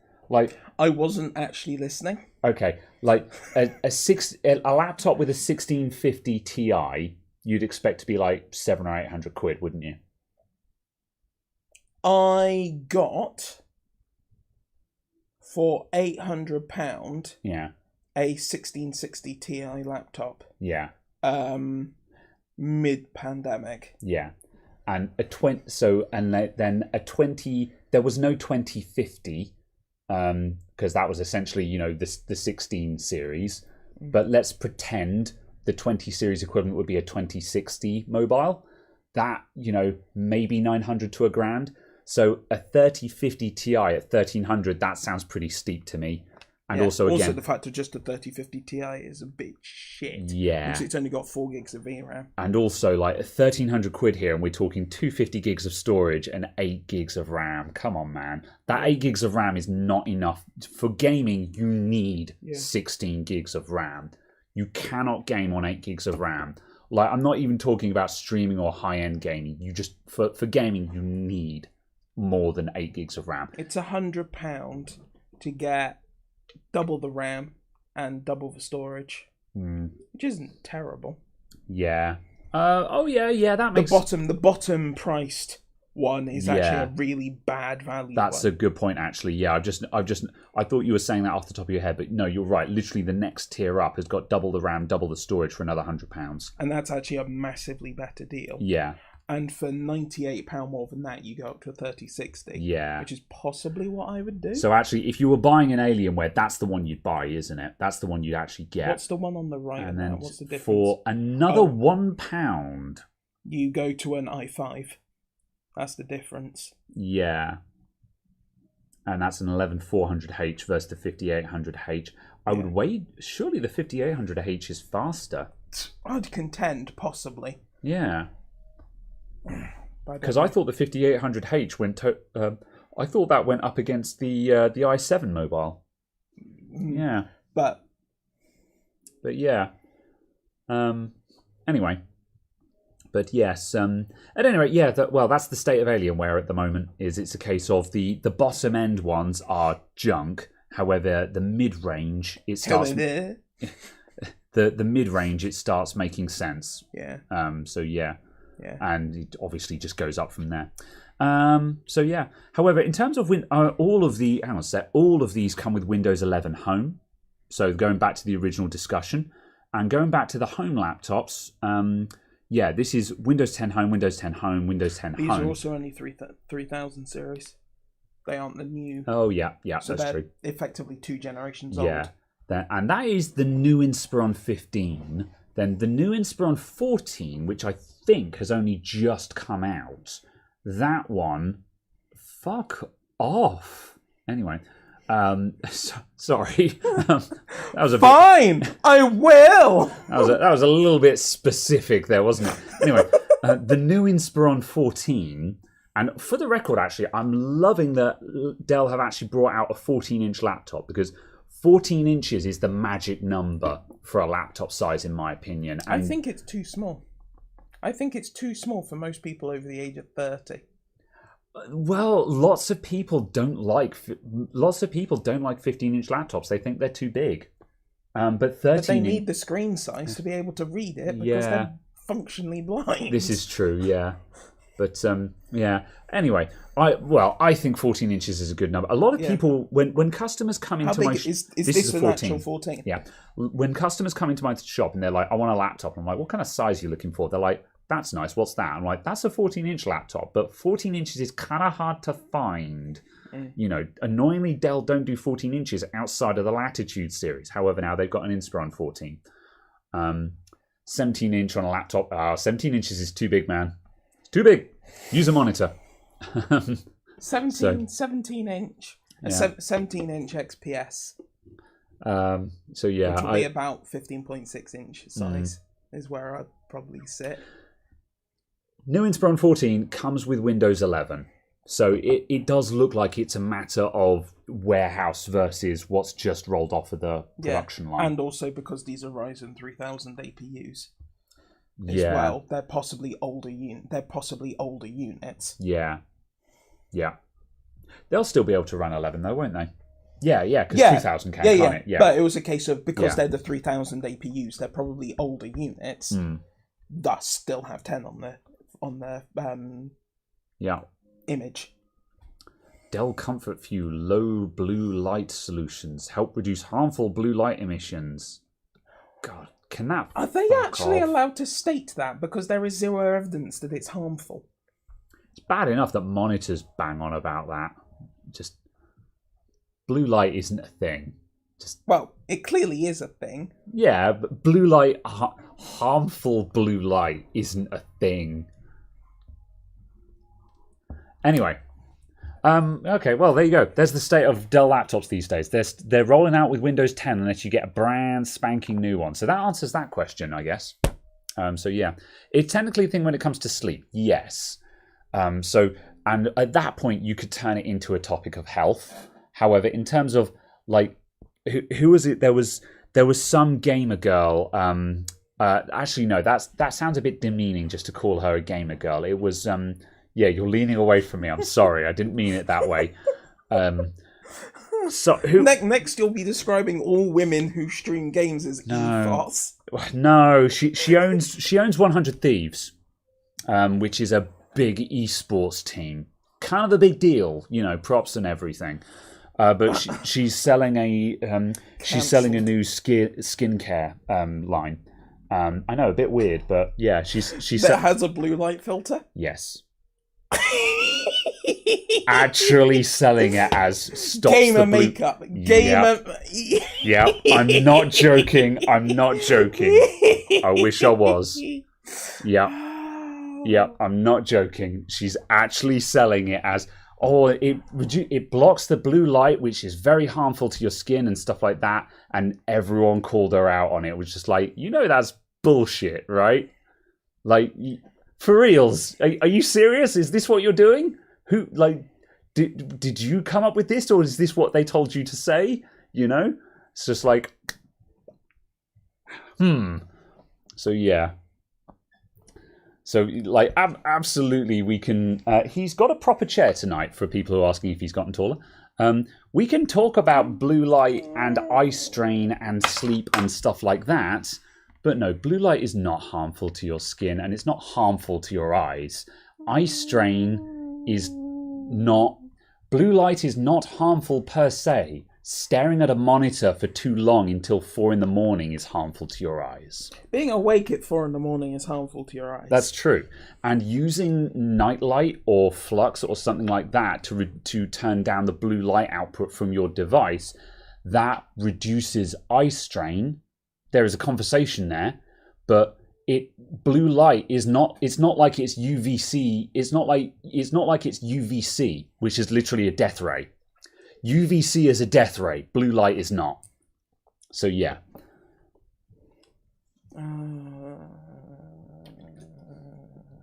Anyway, I used to run the Windows 10 nightlight. I still do. I like nightlight because I used to set it so it turned on at 11 o'clock. And as soon as it turned on, I went, right, it's time for bed, and turned stuff off and went to bed. Because it was a very... You had me in the first half. No, because it was a very subtle alarm to go, it's now 11 o'clock. You can keep doing stuff. It doesn't pop up if you're on a chat with someone. It's not an alarm ringing in the background. It was just a thing. The colours changed, and I went, oh, okay, it's now time for bed. Yeah. Okay. Yep, that's fair enough. Yep. Yeah. Yeah, okay, I'll give you that. Yeah. But it was also saying that it was very easy to ignore if I was in the middle of something and needed to finish something. Yeah, that's fair enough. Yeah, I do legitimately use nightlight at home because eye strain is something that gets to me, and in the evenings having warmer lights, like for example in here we've got very harsh cold lighting because this is work lighting. I want to see what I'm doing in here. I mean, I'd still call this quite warm. These lights are daylight. I mean, these lights, the studio lights are fairly warm, but the ceiling lights are obviously daylight white, which is 5,000, I think we decided, wasn't it? These ones are, yeah. But, however, yeah, at home, I want warm white because I find it so much more comfortable at home. I would hate to have these lights at home. Yeah. But, yeah. Yeah, but then the other issue as well that people have with their home stuff is just people just run their monitors 100% brightness and then complain that they've got eye strain, which is another issue. It's just, people just run their monitors way too bright. So yeah. That's horrifying, Si. That's horrifying. I feel like that's a method of unusual punishment. Yeah, 2700K is gross. Why don't you have candles, Si? Just use a candle. Return to candle. Si's a bro, by the way. We're not just bullying him. We are bullying him, but we're allowed to bully him. Wait, hold on. Let's see. Are there any more moving vlogs coming to the main channel anytime soon? Yes, I am recording one. Because I've been changing layouts in the front of house and stuff like that. There is one that is in the middle of production. And I will be kicking it out, hopefully this week. And I know I'm really terrible with promises. However, I have actually been recording it. Is it something that Fire Phone Inspiron 15 3000 has a 15.6-inch screen that's 1366 by 768 on a new laptop. Ew! I'm just going to double check that that's not the one that I'm going to buy for a customer. I thought they were all coming with 1080p these days. But then on the other hand, that was 370. That one that you were talking about, Fire Phone. So, are you looking at how much RAM? Inspiron 15 3000. £420, and the screen on that, view details, tech specs, display, 1080p display. Yeah. However, hang on a sec, let me just flip back to the capture just so you guys can join us on this.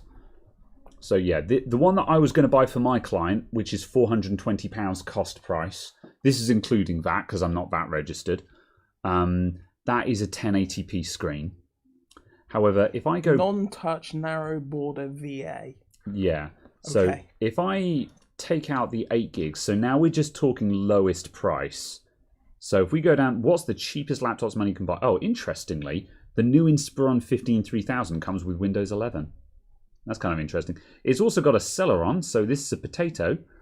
4 gigs of RAM and 120 gigs. So this is a garbage laptop. Don't buy this, people. This is trash. How much is it? It's 300 quid. No. Yeah. Oh, God, no. Yeah. But this is fine. So what does 40 quid get me? Going from that to that, what does 40 quid so get going me? up to the next stage, we I get... get an Athlon silver. You get a terabyte of spinning rust, which just immediately means this is no bueno. That's horrifying. So imagine buying a hard drive in 2021. So I go from a Celeron to an Athlon silver. Yeah, what the hell is an Athlon silver? Horrifying. Yeah. Is an Athlon silver just a Ryzen 3 with half the cores disabled?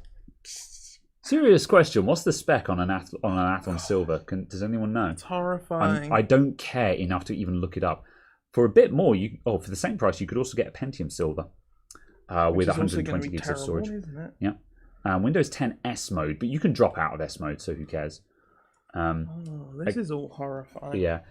But that's the thing. This is £100 cheaper, and to some people, £100 is a lot of money. But that's the thing, is that this laptop is 4 gigs of RAM is a bad user experience. That's the thing. I'm not saying it won't work, but it's a bad user experience, which means you're going to buy this laptop and it's going to be not very good, and you're not going to want to use it.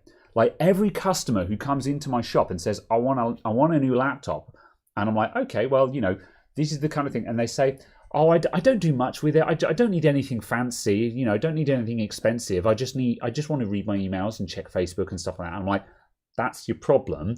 You're going to buy a cheap laptop and you're not going to use it because it won't be very good.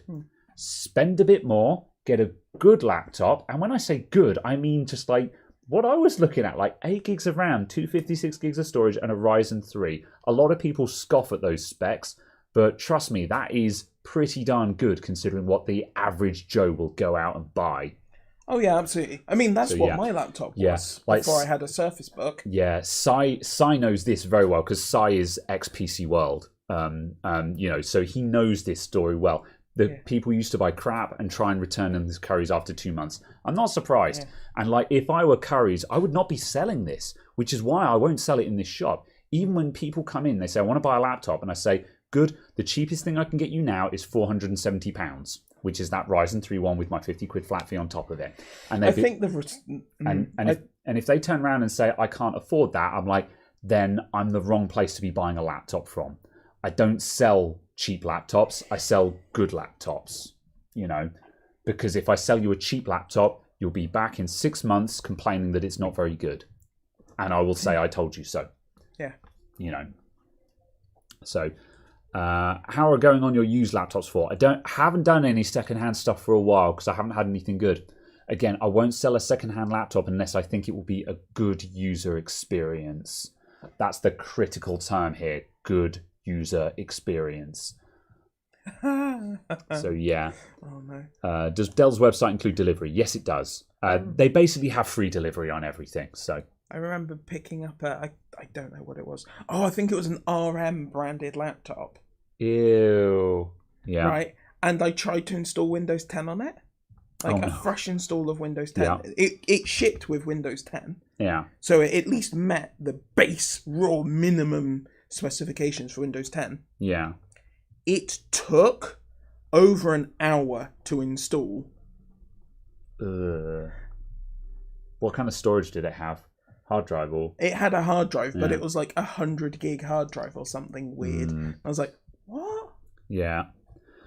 Incidentally, I'm just looking at these laptops just to see where the mark is when you start getting a 1080p display. At £360. You're right. Okay. I thought I was about to cough, but I had cider in my mouth, and I was like, conceal, don't feel, At £360, we're still on an Athlon Silver. In fact, I don't know what we're getting for £360. However, that's still 1080p. New Inspiron 15 3000 at 380. We're still on 4 gigs. We're still on a Pentium Silver, but we've got 256 gigs of storage now. Do we get a 1080p panel in that? No, still 768. And that's the new Inspiron 3000. So how much do you got to spend? So 3. What's that one? That is exactly the same. Exactly the same. Is that just the same laptop set? Same CPU, Windows 10 Home, but doesn't mention if it's 64 bits or not. I'm just going to assume it's 64 bit. I hope so.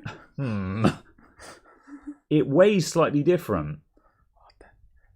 Okay, so does it have a 1080p screen then? This is what, when you pay me £50 to buy you a laptop, this is what you're paying for. The customer is literally paying me to navigate this bollocks. So does this one, which is slightly different in weight... Yeah, the 1080p screen is slightly heavier, yeah. No, it's 768. Okay. Fine, okay, hang on a sec. What about this one? Okay, so, right, 420. That must be the one I was looking at. That's the Ryzen 3, 8 gigs of RAM, 256 gigs of storage. 1080p. So you need to spend £420. Yeah. Blaze it. Yeah. So basically, if it costs less than £400, you're going to get 768p. And yeah, I entirely agree. 768p is unacceptable in 2021. Like, I never found it acceptable, but yeah. Okay, yeah. Yeah, Mr. Middle Class, but, you know. Howdy. What's up, Dial Shark? So, yeah. Can you filter on resolution? Sure, probably. Do they offer anything that's actually a good resolution? Like, I don't know, 1920, 1200? No, well, that's 16 by 10, though, isn't it? Exactly. Or like, you know, 3000 by 2000. Oh no, it's called HD, but HD is 768p. Yes. Because 1080p is full HD. Oh, look at that! They will sell you a laptop. There's a new Inspiron 15 3000 here with a Pentium Silver, 4 gigs of RAM, 120 gigs of storage, but with a 1080p panel. Hold on. Yes, but do you have to select it as an optional? Nope. It's standard there. Okay. But then that's the thing about all of these results that come up are the same laptop with different specs selected by default. This is why, like, the Dell website shows that they sell 100 different laptops, but there's actually only 3 just with different spec configurations on them. That's why the Dell website is such a maze. They won't just tell you you can't categorize by chassis. You just categorize by which particular combination of spec you're buying. But yeah. What about FHD Plus? What do they got for that? Because what do they define as FHD Plus? For the... Huh. WVGA? WVA. What's WVA? Yeah. Is that a poor man's IPS or something? I don't know. Anyone know what WVA is? Is that like a slightly less crap VA? Because, yeah, they're defining... Oh, hang on a sec. I've still got FHD selected. Ignore me. I had both. Hang on. Okay, now we're on to the XPS. Yeah, forget that. So what's their definition of FHD Plus? Is that 1440p? Oh, no, it's 1920 by 1200. Oh, the XPS is 16 by 10. Yes. Rad. Yeah. Good. The XPS 13 is 16 by 10. That's actually really cool.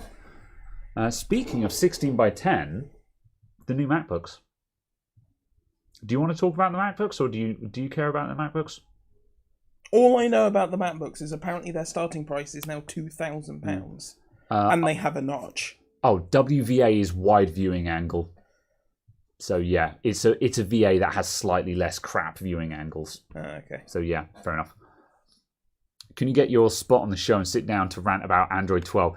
Oh, Chris, I've seen how disappointed you are in Android 12, and it does me a concern because I've looked at all of your things and I've gone, okay. Is that a nice way of saying that you don't agree with his concerns? No, they're just things that I never thought I'd even see someone care about. Yeah. Are you running Android 12? Yes. So there's my 3XL. Okay, Caradog is coming back with one of his many, many phones. There you go. Okay, yeah. For some reason, this is running like garbage. Fair enough. It wasn't and now it is. Yeah. It's clearly because it's realised I bought a Pixel 6. It knows! Wait. Oh, right, yes. What? No, ignore me. Yeah. I don't understand this launcher because there's no app. There's no apps menu. Oh, you have to swipe up. Yeah. It tells you that when you set it up. In the first run. Okay, yeah. Where's your torch? No. It's fine, I'll cheat. Yeah. You're looking confused at the back. Hold on. If you look at that up close, it's glow in the dark. Fair enough. Yeah. Okay. Very good. Yeah. It looks fine. I mean, I'd have to take it for a test drive, really. But yes. That looks fairly pleasing to me. But I don't know. You that's the problem. You've got to no Teltac. I've got Android 10. But the most annoying thing with the notification shade is that it just blocks out the screen. Oh, that's unnecessary, isn't it? Yeah. So that bit of the screen you can no longer see. Yeah. And it does it even if you're in an app. No, I'm on Android 10 and I use Nova Launcher because I don't like the Huawei launcher. So yeah, I suppose I could get the stock launcher, but then what I like about Nova Launcher is that I can very easily just have a transparent app menu, which means I can still see my background when I'm on my apps list, which I find pleasing. So yeah, I would imagine there's a setting for that in modern things, but yeah. I mean, there is an option for that. Probably, yeah. This is Action Launcher, but where you can. Yeah. What were we talking about before Chris derailed everything with Android? Oh, interesting. Huh. Wait, what if I just go no color? Oh yeah, we were talking about Ultra VA panels and stuff like that. That doesn't do what I thought. Oh yeah, possibly the new MacBook as well. Yeah. Regular crashes, reduced performance, notification bar now blocks the screen. Yeah. Yeah. I tell you why I'm excited about Android 12, and it's a really stupid reason to be excited for Android 12, is the colourful themes. And I've said this to a couple of people in discussion about it, but I'm really, really, really bored of the light theme versus dark theme meta. I want colour. I want colourful themes back again. I just want to have some nice pastel colours on devices again. Like, I don't think that's asking for a lot, but everything these days, it's either glaring white and dark grey, or it's almost black with very light grey. And there's nothing in between. And I'm really, really bored of that. I want colours again. A dark purple theme would be nice. It would. So, a dark any kind of pastel shades would be nice. Yeah, there's just no colours in theming anymore. It's just all black and white. And I think it's really, really boring. All right, chill out. But yeah, and that's literally the reason why bring back Comic Sans fault. Don't. I was looking at someone's phone the other day. So a customer brought in a phone they needed help with, and they had Samsung with the it's not Comic Sans but really close to font enabled as a system font, and I was just like, oh no. And if you're switching that on now, don't. But yeah. Ooh. So is there going to be a Halloween theme next week? There might be. Ooh. Are you here next week, Caradog? When are you going to the Eve event? Oh, that's 6th, isn't it? Yeah. This is weekend after next. Yeah. Weekend after next, there won't be a show. We'll be taking a week off because Caradog won't be about, and I'm probably just going to... Well, actually, no. I thought it was... Yeah, I don't know. I haven't decided yet. Anyway. But yes. Anyway, anything. I want colours. Removal of options is default for all modern systems. Yeah, that kind of brings us full circle back to what I was saying about Windows 11. Is they're just removing features now. And I'm just like, but I was using that. I know that I'm in the 1% of people who use it. However, it wasn't doing anyone any harm. There was no reason to take it out. So yeah, I don't know, man. No bonfire weekend. Probably not. The colours are the only thing you have to say. Good thing about you have to say about Android 12. Yeah, fair enough. I don't like it. What are you They've looking removed options from the theming since the beta. at? Oh. Because you used to be able to change the icons and the font, and that seems to have gone. So you can't put on an awful, informal font. That's most disappointing. Which you think makes you stand out on a very personal level, but actually it just makes it look like a stupid thing. Anyway, where were we? Yeah. Well, That's most disappointing. Yeah. So yeah, I don't know. I'm excited about the colours at least. But the problem is that we've been talking about this at length in the Adamant IT Discord. We've been talking about Android 12, and I've been complaining that I want a new phone, but my Huawei P20 is still doing everything that I need it to do, and is actually in very good condition. The charge port on it isn't worn out. It doesn't feel slow.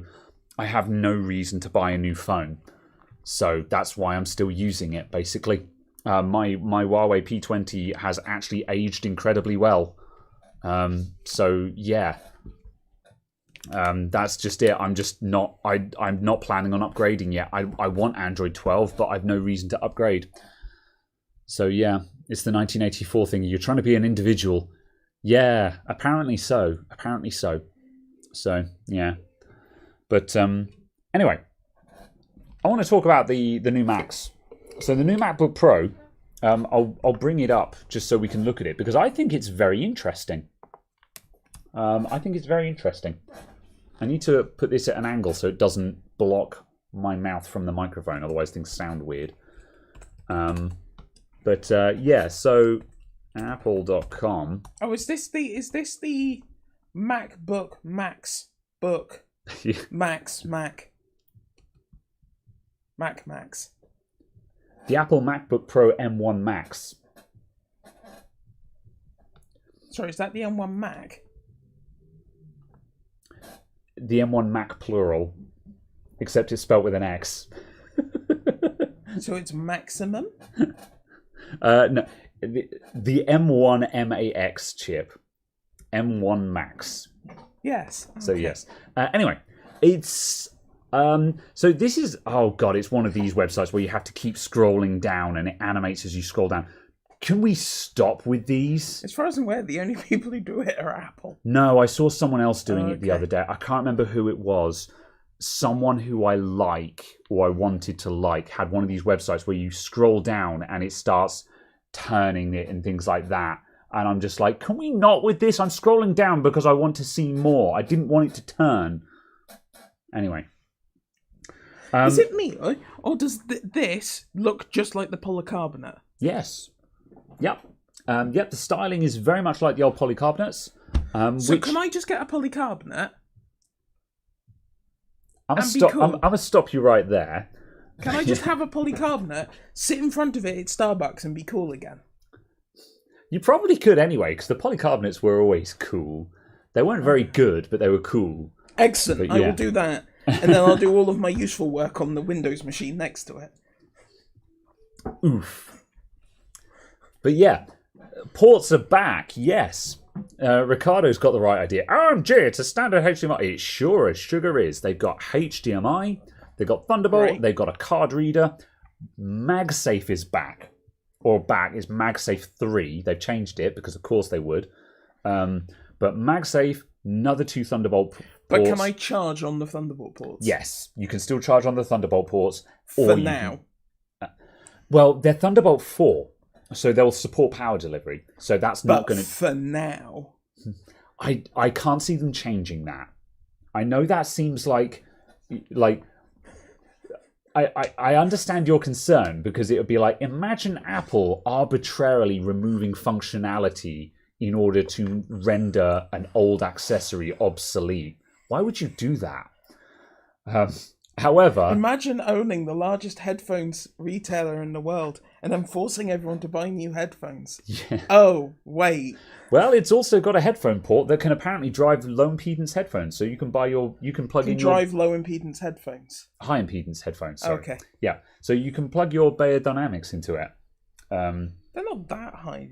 impedance. You could only buy 250 ohms. Oh, there you go then. And well, they haven't said what impedance it drives, so it could be like 100, and they're classifying that as high impedance. But at any rate, though, yes, it's actually got real ports on it, which is kind of rad. They've got 2 new CPUs, which I'll talk about in a minute. I don't like the fact that one of them's called Scary Fast. Yeah, it's Apple Scary. The other one's called Scary Faster. But yeah, so we've got to scroll quite a long way to find it because they're a bit embarrassed about it. Isn't that also just grammatically incorrect? Yeah, probably. However, where is it? There it is. It's 1080p. The camera is 1080p. Okay, I thought you were scrolling and going, and here's the 1080p screen. But, I can't zoom on this because it's a stupid... I don't know what you call this kind of page. It's not a responsive page, but it's got a notch.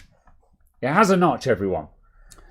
And, however, the thing about the notch... Can I maximise Windows on macOS yet? Yes. Yes, is the answer to that. And by maximise, I mean maximise on the same screen, not go full screen on a new virtual desktop. Yes, there is a real maximise on macOS. It's been in there, I think, since High Sierra. However, the green button the green maximise button is actually full screen mode. However, if you double click on the title bar, it will do a real maximise. Yeah. So yeah, however, there's a notch. But here's the thing. Firstly, I'm not excusing the notch. I feel like they should have tried harder to find a better solution. I'm annoyed that it's only to fit a 1080p camera in there. If it had been to put the iPhone... Yeah, if they put... Doodad, scanny, majiggy jiggy, IRness. If it had Face ID in it... That's it. Yeah, I think that would be... I'd have just been like, yeah. They should have put Face ID in it. Yeah. Sold. Understood. Yeah. However, the thing to bear in mind before everyone is up in arms about this is that this is a 16:10 display. So if you're watching a movie full screen, it's going to get letterboxed and you won't see the notch. And if you're only if it's an OLED screen, I'm still going to have IPS glow around it. It's a fancy mini LED screen. With local dimming zones and stuff like that. So theoretically shouldn't have that problem. It's a liquid retina display. So yeah, mini LED. Very good, Mike White. Is that what you were laughing at? Yeah. So yeah, 16:10 display. So if you're watching something full screen, you're not going to see the notch. And on the desktop, the notch is in the title bar, which is dead space on a Mac. Nothing goes there. Nothing goes in that point of the screen on the desktop on a Mac. So, can you hide the mouse cursor under the notch? I don't know, actually, is the answer to that. Oh god, imagine if it counted as a real part of the display. So somehow someone manages to lose their cursor in there. That would be very funny. I don't know how it handles it, yeah. But yeah, so that's the thing is that... But the only problem is that, yeah, it looks stupid because it's a notch and you didn't even get Face ID for your trouble. But it's not as bad as it looks. But the only problem is that the theory is that this will set a precedent and all the other laptop manufacturers will be like, haha, now we can do notches too. But they're going to do it on a 16:9 display. And as soon as you take your YouTube video full screen, you'll see a notch. And it's just like, no, Apple can get away with this because it's 16:10. Don't do this on a 16:9 display. So, yeah. Menu goes there if you're on a professional app with many menus. Yes. Yep. Localization with longer menu titles. Yes. Yep. That's not a scenario that I've ever encountered, El Snarko. However, I do agree. I think you might be right there. I'd be interested to see how well that scales. It's not when I daily drove an Apple, I never saw menus go into that area. However, I've never run professional apps before. And especially with localization with longer menu titles, I can certainly believe that might be an issue. My concern is that the notch is that size, which then means that the bar is stretched like that. So you see how deep this bar is. That's a good point. The menu bar on that does look deeper than normal menu bar. Had they just taken the normal menu bar and doubled the size of it, so it being 16 by 10 is irrelevant because I've actually lost those extra vertical pixels. It probably depends on what scaling you run, because when I was running my MacBook Pro, I used to run small scaling, so I was very slightly scaled. I didn't run at native res because I'm not a sadist. However, I ran what would be the equivalent of like 125%. The default would be at like 150%, and bearing in mind these are high DPI panels. Like for example, this display is approximately 4K, except it's 16 by 10. So obviously you wouldn't run it at 100% because you won't be able to read anything. However, the default would be 200% scaling, I think. And for that, the menu bar would be about that big. But a lot of power users would probably run slightly lower scaling to get some more real estate. So yeah, you can hide the cursor in the corners. Yeah, I think you used to be able to do that. So yeah. But it does mean they've managed to do small borders, which was an issue that the MacBook has suffered from for a very long time. So yeah, but yeah, I don't know. I don't think a pop-up camera is really a good solution, though. Like, there's a couple of people who've tried that. Huawei have got a laptop with a pop-up camera. Lenovo are doing pop-up cameras on their all-in-ones. And Oppo have got... I don't think it's an issue on an all-in-one. No, agreed on that, yeah. But then Oppo have got a pop-up camera on their phone, haven't they? Which phone has got... Is it Oppo that have got the camera with the pop-up phone? Yeah. I think, is it... Yeah, they've got three of them. I think it's the X1, the X2, and the X3. Yeah. Yeah, that's right. But I don't know. I think pop-up cameras, I think it's an excessive amount of mechanical things. But then I'm concerned that something like that will break, basically. But I don't know if that's a real problem or not. That's what a warranty's for. True. But then, again, a warranty, how long is your warranty, man? Are we just assuming that products have got a 3-year lifespan now? You know? But after the 3 years, if it fails, it's kind of a case you kind of go, oh, that's annoying. And then I'll fix it by getting a new phone at some point. And you'd already be looking at getting a new phone in year 4. Yeah, year 5 okay, anyway. yeah. On a phone, sure. I think for better or for worse, we all agree that phones have got a lifespan of 2 to 3 years. But on a laptop, a pop-up camera, a laptop, you want 5 years of service out of a laptop, really, don't you? Minimum 5 years. I think 5 years of service out of a laptop is the least you can expect. And if you're buying a MacBook, I would be wanting, like, yes, because I'm a tech bro, I would be updating my laptop reasonably often.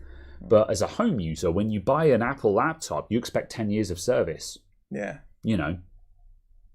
Yeah, there you go. Liam in Wales. My dad's MacBook is 10 years old.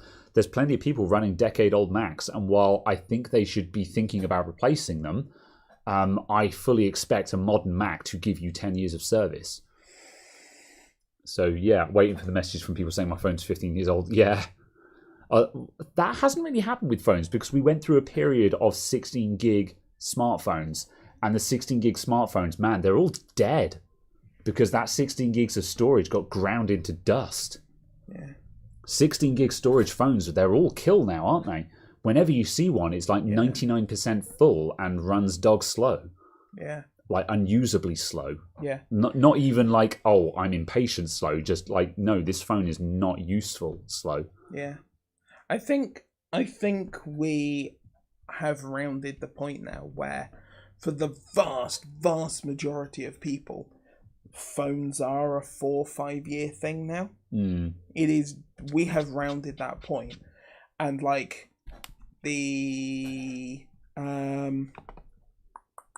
S10 and later, so Samsung S10, S20, S21, I can see people rocking them in 6 or 7 years time. Agreed. You know, yeah.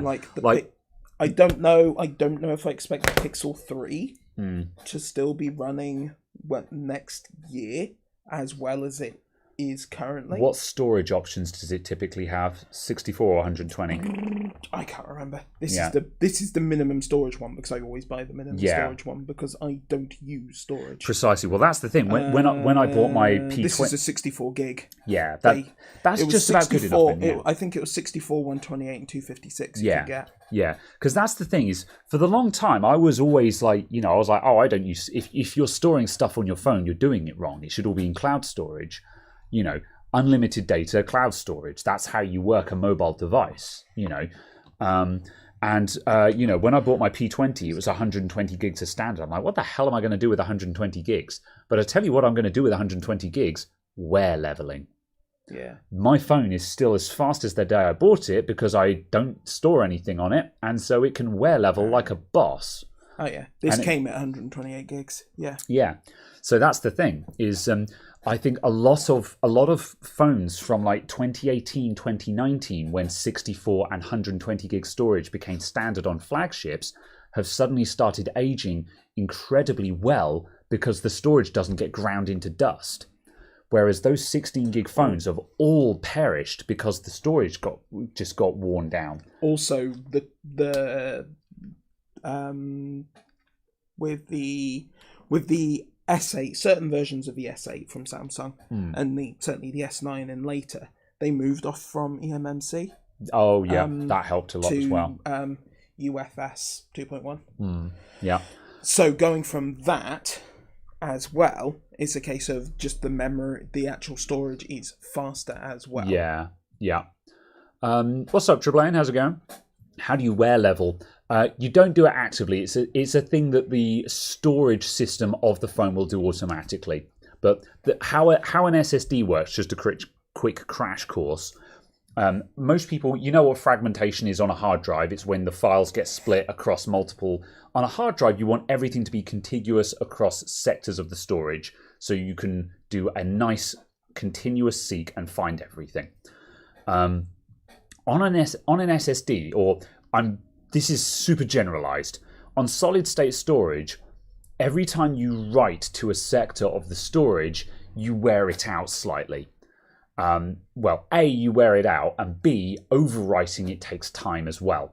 So what you want to do is you want to write to the least used sections of the drive at any given time. So instead of always writing to the first 100 megs, you write everywhere else on the disk all the time. And because your seek time is a fraction of a millisecond, there's no penalty for fragmentation at all. An SSD will deliberately fragment into 1 million pieces because its seek time is 0. So it can just find it wherever it is on the storage with no penalty in seek time. So it will automatically arrange the data on the least used sectors to ensure that it prolongs the life of the drive for as long as possible, and it levels the amount of wear instead of wearing a groove in the most used section of the drive.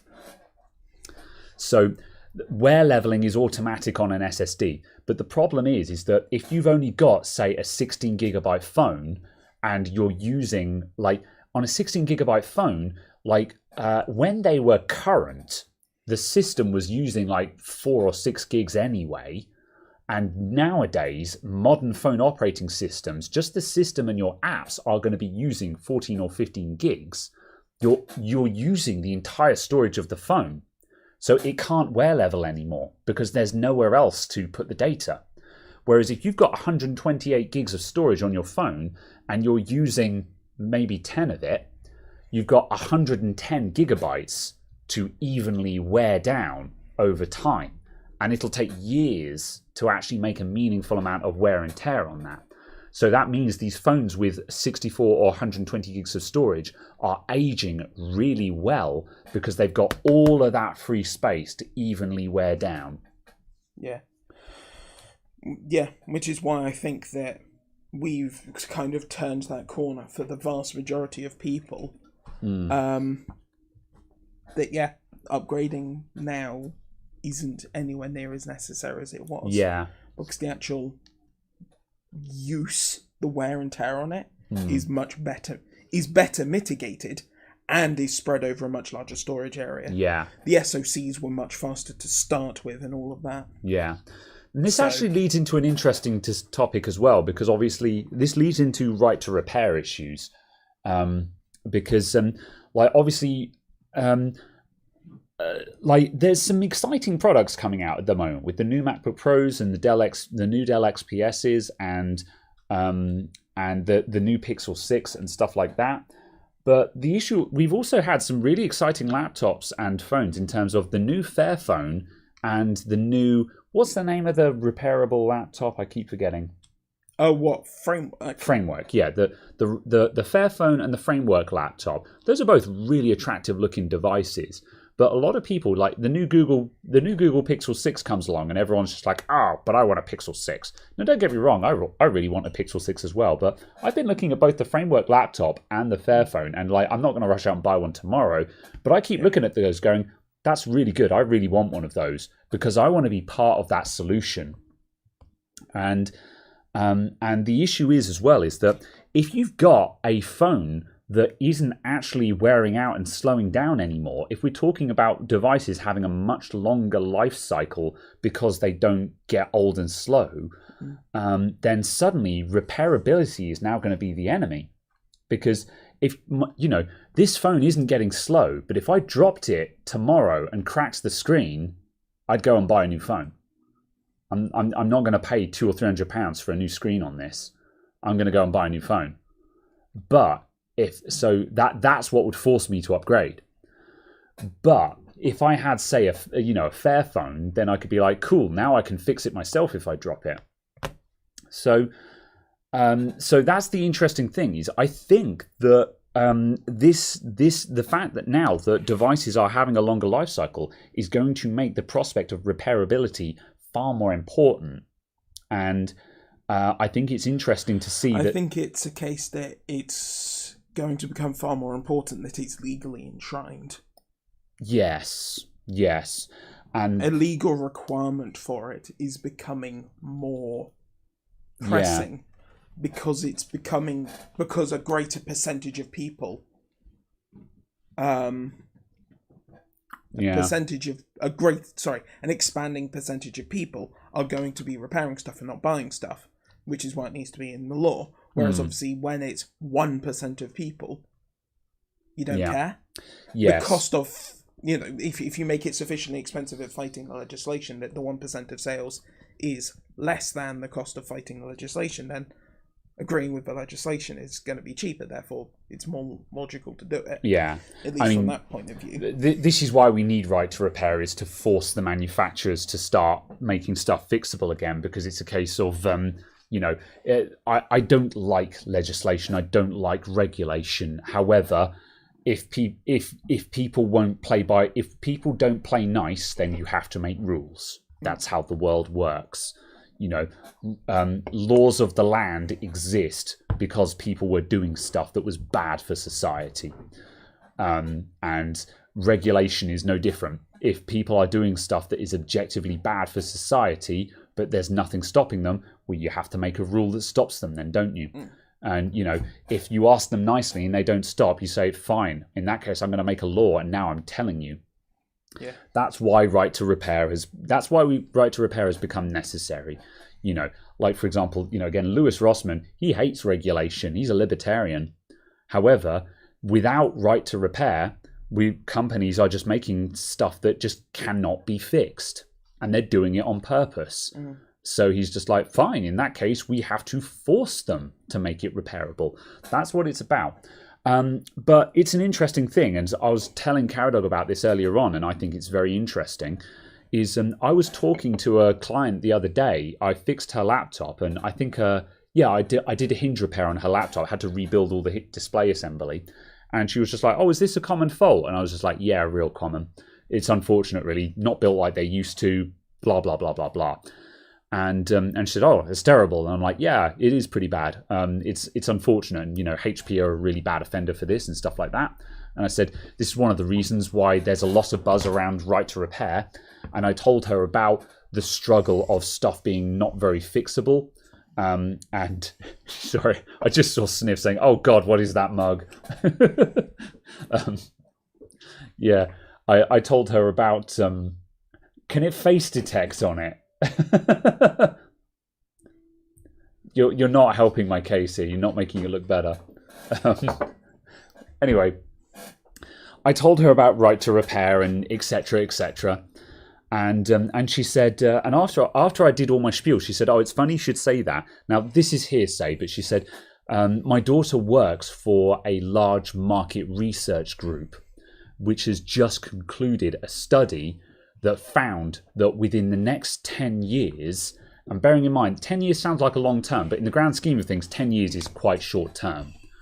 But at any rate, she said they found that within the next 10 years, the new generation of youth, so call them Generation Alpha or whatever you want, the new generation of youth will reject high expense, irreparable items. And I'm just like, and I made a joke saying, "Oh yeah, because they won't be able to afford to fix them." And she was just like, "Well, yeah." And also that, but also environmental consciousness. The new generation is becoming very conscientious of the environmental impact of technology. And within the next 10 years, they will be rejecting stuff that is expensive and unrepairable because the expense of repairing it and the potential environmental impact of it. Now, to people like you and I, this isn't really news because this is stuff we've been talking about for ages.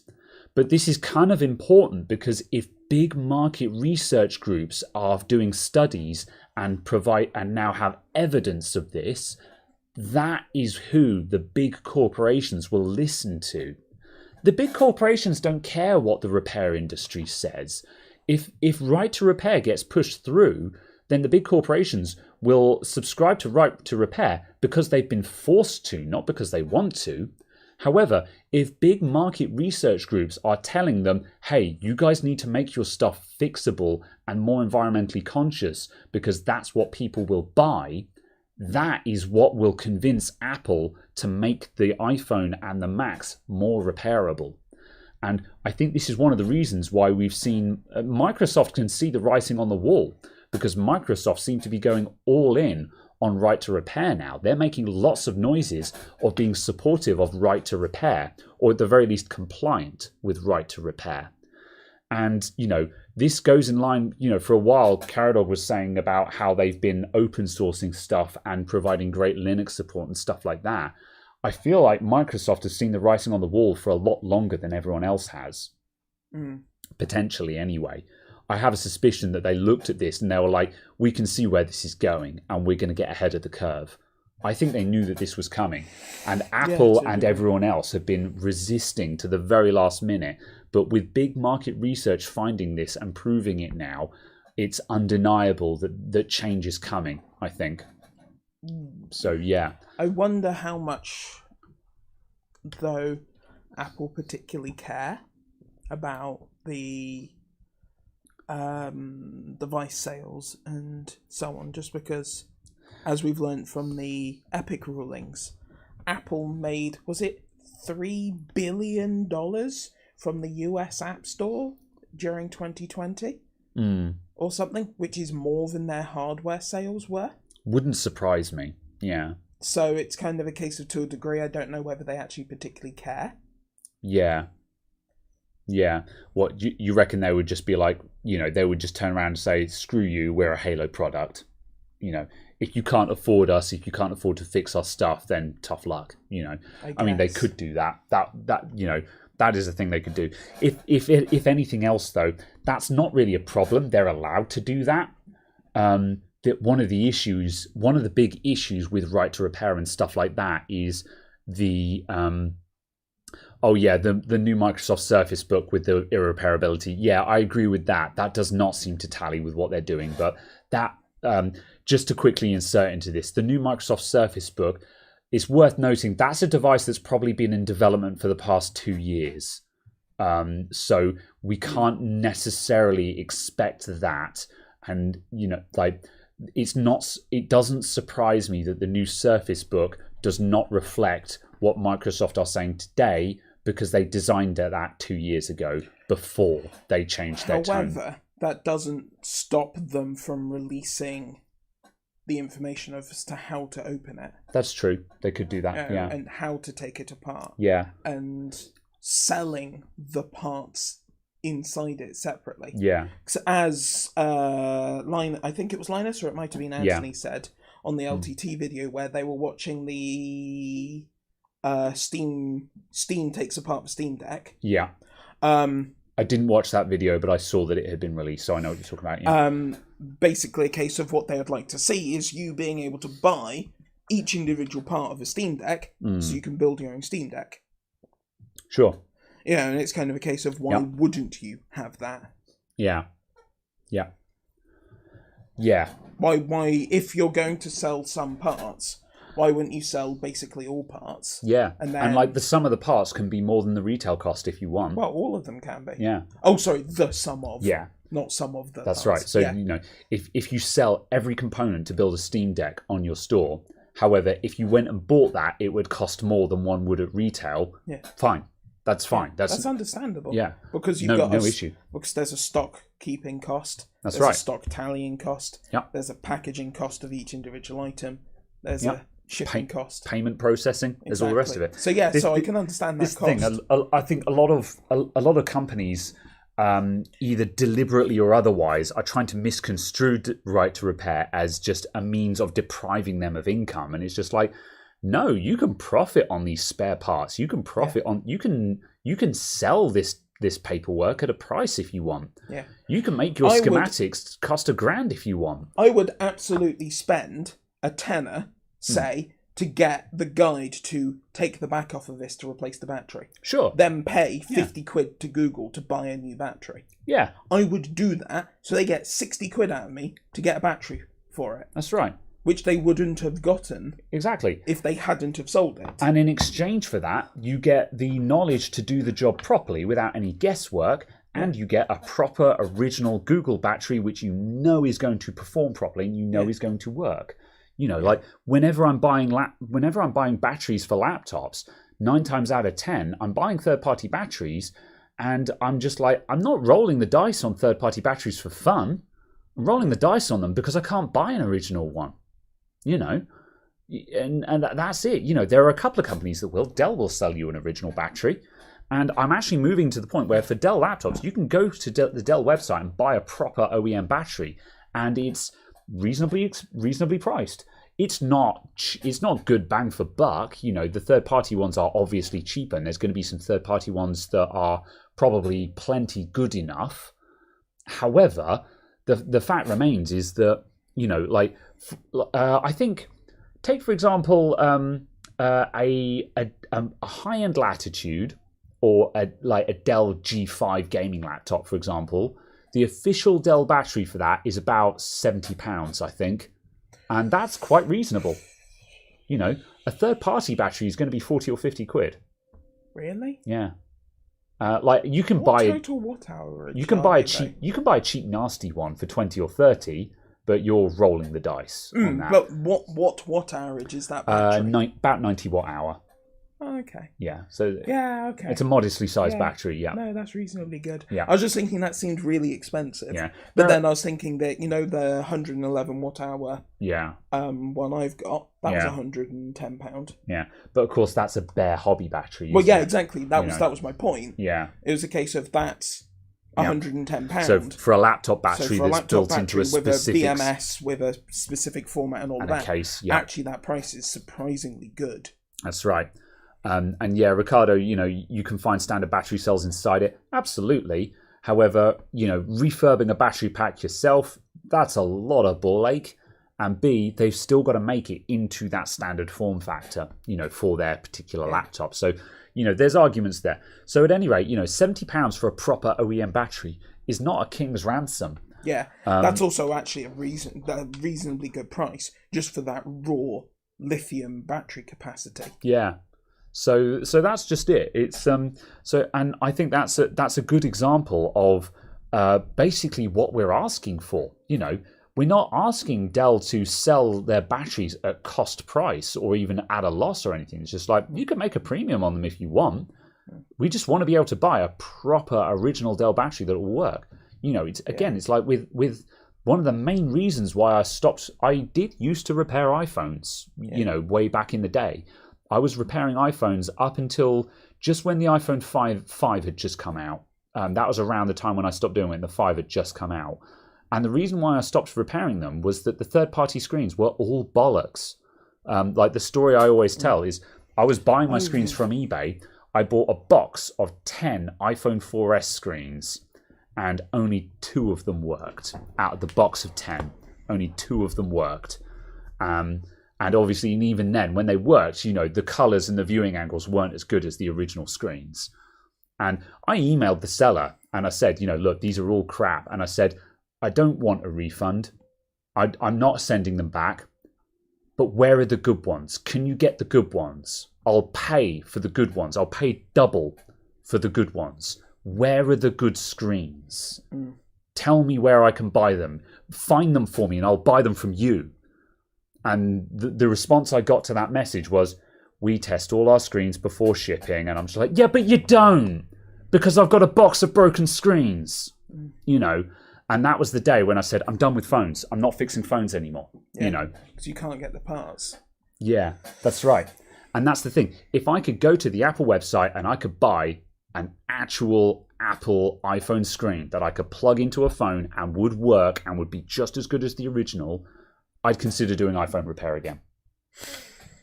Because I turn away a minimum of one person a day who wants iPhones fixed. Yeah. This week it's been 2 a day. I turned down a lot of business for iPhone repair because I ain't touching that with a barge pole, Yeah. So yeah, it's China business. You've got to find a reliable source. Exactly that. And man, I don't got time for that. But if Apple sold their phone, as I say, Apple could have, back in the day in the iPhone 4S days, those screens, I was buying them, they were like £20 or £30 per screen or something like that.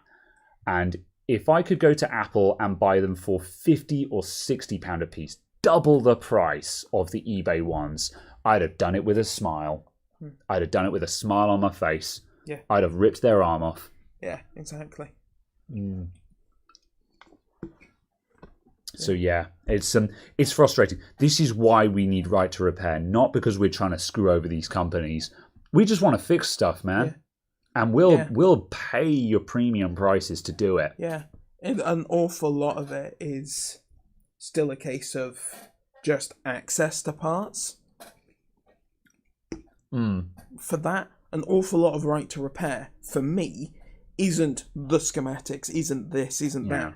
Because for the stuff that I'm looking at fixing, I don't need a schematic to go, that battery's fucked. Schematics are a bonus. It's a kind of a case of, I just want to be able to buy that battery from a brand that's actually tested it. And when it says, oh yes, this is a 15 watt hour battery, it is a 15 watt hour battery. Yeah. When I buy a 25 watt hour battery, I get sent a 25 watt hour battery, not a 4 watt hour battery that's got a hacked BMS. Yeah.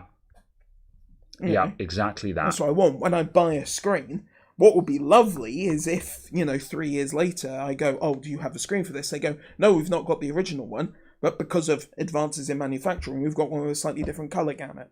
And then I go, that's fine. Or they go, oh, actually, it's got, a slightly different refresh rate or something, but it will still work. Yeah. Stuff like that.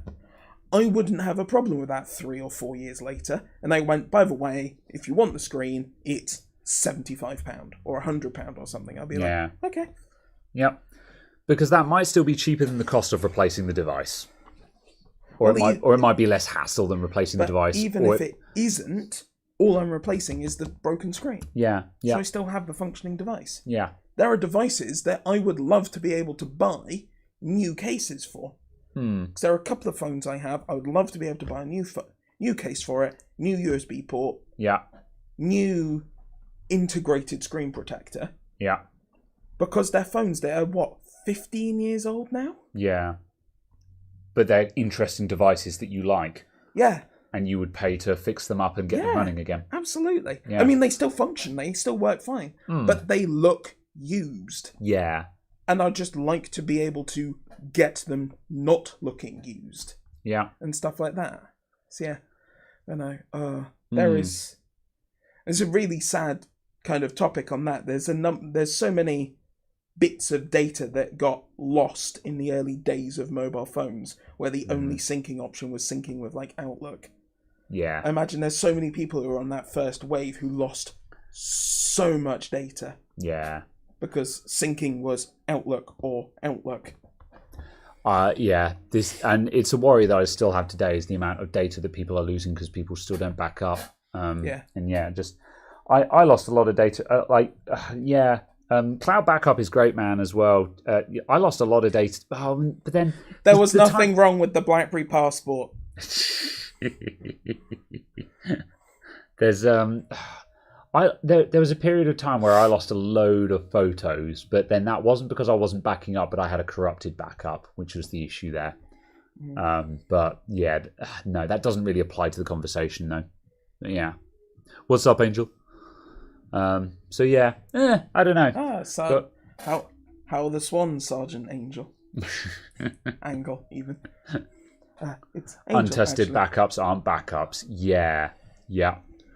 It's a mistake you make once, I feel. Yeah. Well, that much being said, I don't know. It's difficult to tell because the issue was I don't know how the hell it happened. A load of my photos got corrupted. Now I can't remember if they took up 0 bytes or not, because like classic sign of a corrupted file is that when it's 0 bytes, and there's no data there. The file is there, but it's taking up no space, kind of thing. But what I had was a whole bunch of photos. I copied an Apple iPhotos library.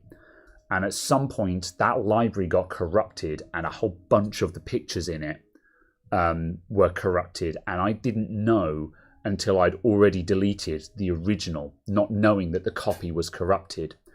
And it was later on when I started back scrolling, and there's a period of, I think there's about a one or 2 year gap of pictures where they were all coming up as just grey squares. And I was like, oh no. And there were thumbnails of them. But the thumbnails were obviously like 150 by 150 squares. But the actual original had been lost. And by the time I realised, the originals were long gone. And obviously this was all being done while the Time Machine was saying backup successful kind of thing. And it was one of those things where it's just like, without having actually back scrolled, I didn't know. So it's really hard. I guess the answer there is verification. But this wasn't Time Machine's fault.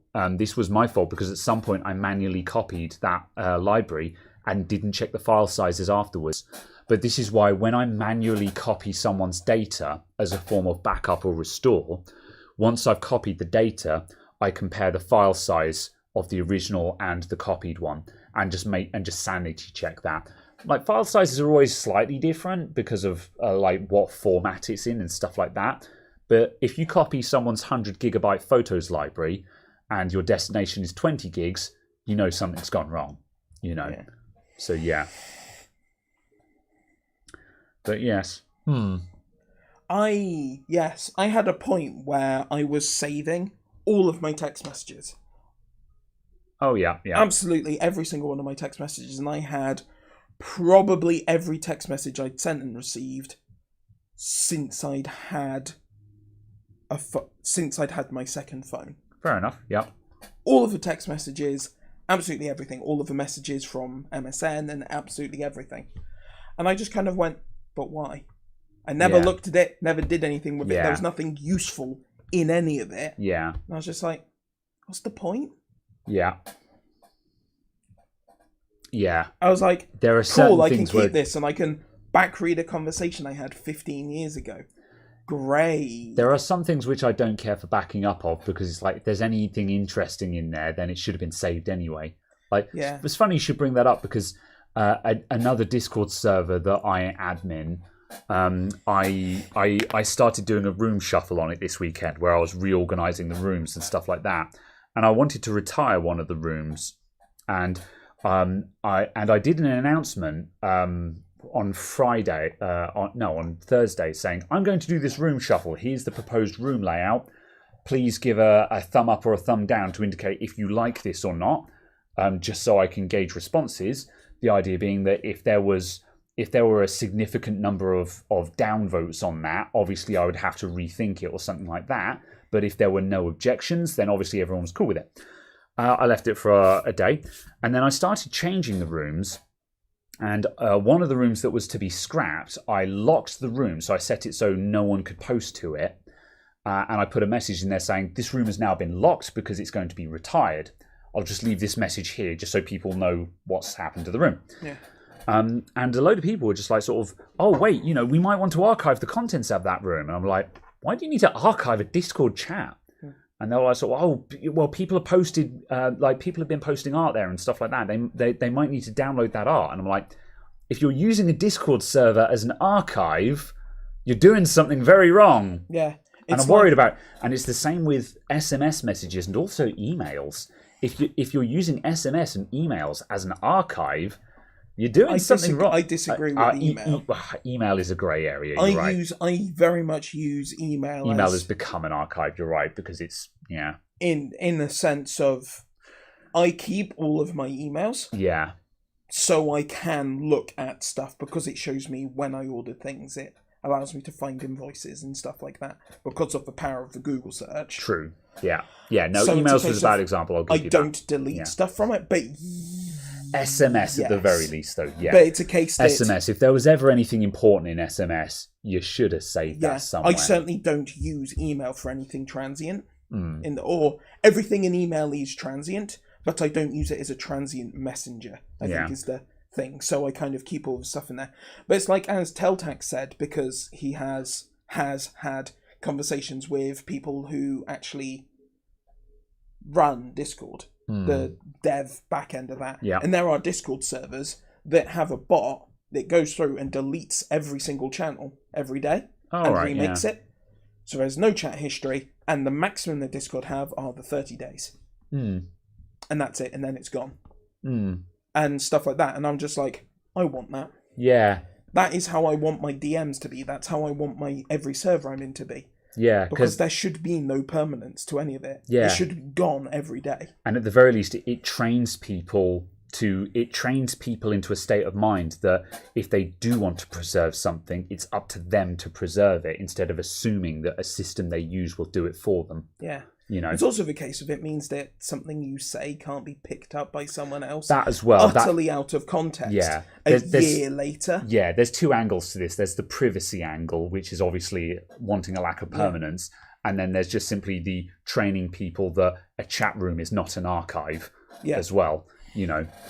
But yeah, because again, like one of the reasons why I mentioned email as an example is that, I've encountered people where they say, oh, I need to back up all of my emails because I've got loads of photos that my family have sent me in my emails. And I'm just like, why haven't you saved them or download them? Yeah. Oh, yeah, absolutely. And that's the thing. And that's why I gave emails as an example there, because you're right. For correspondence, you would want a paper trail there.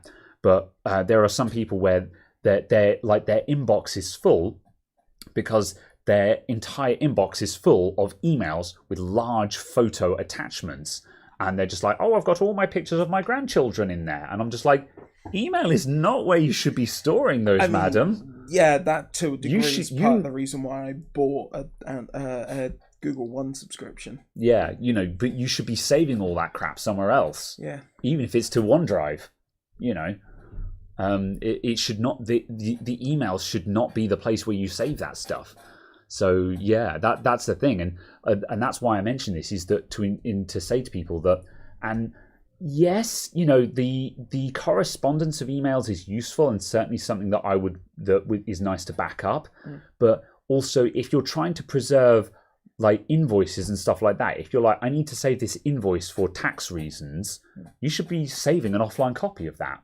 Your email should not be where your tax records are kept per se, So obviously, I feel that starts to become messy when you're using like Outlook or Gmail, just because OneDrive is your email and your email is OneDrive and stuff like that. Yeah. So it kind of starts becoming messy on that front. We're in the weeds here, and it also depends on what you're doing, what you're using email for. Yeah, absolutely. But as a case that it shouldn't be your sole copy. Yeah. Because it's even then, it's still not a backup. Yeah. So yeah. So it's a case that, yeah, having the multiple copies, so you have the backup, is the backup. Yeah. Yeah. Interesting. Yeah.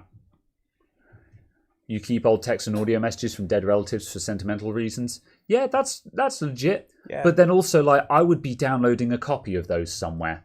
I wouldn't, I wouldn't be keeping those in inboxes, because that means if something happens, you lose access to that. And it's a lot easier to back it up as a file than it is to keep preserving that inbox. That's the thing there. Yeah.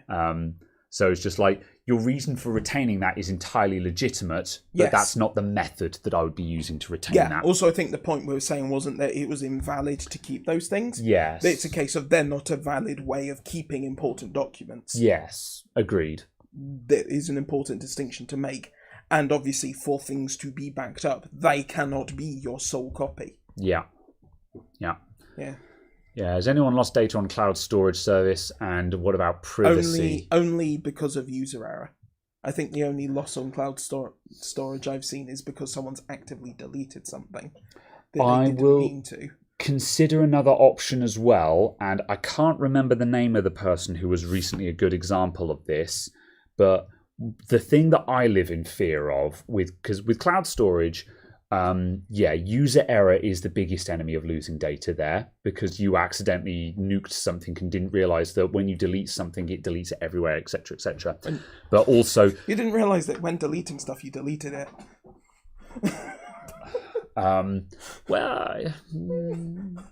Sometimes you think you're deleting it from one device, but it will still be on your computer. But you didn't realize that if you deleted it from Google Drive, your computer will be like, he doesn't want this anymore, and also delete it. So, yeah. But that's still user error, though. But that's certainly a case of, that's misunderstanding it. Privacy, that can be a thing, because doesn't Google scan documents now for analytics? Is that a thing? I can't remember.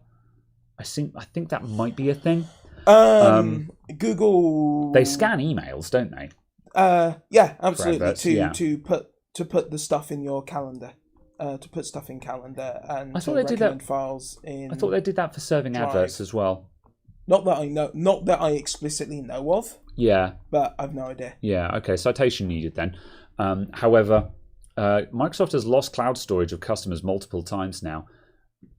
Amazon has as well. Yeah, citation needed. I wouldn't find it unbelievable. But just for the sake of clarity, I would say citation needed. If you can post a link, I would look at that and go like, oh yeah, sure, okay, yeah, that's the thing that happened then. Obviously, you should have multiple copies anyway. Yeah, absolutely. However, the big thing that I live in fear of is account was deleted because YouTube said fuck you.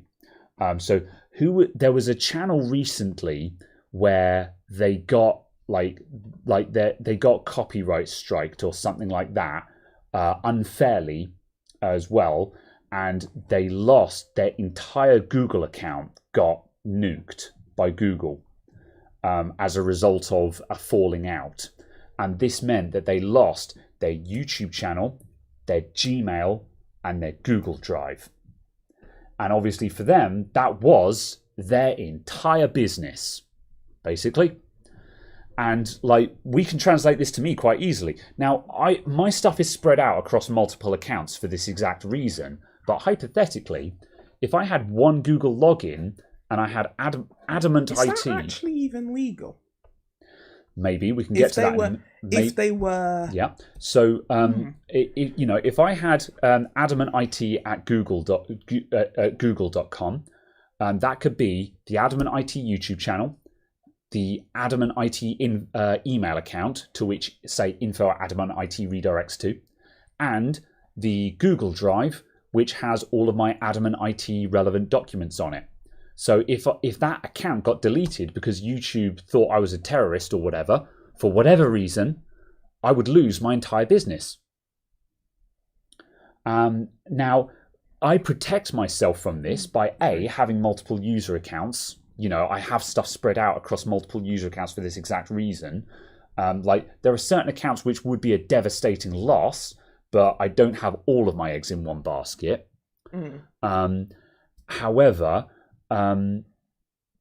what was I about to say?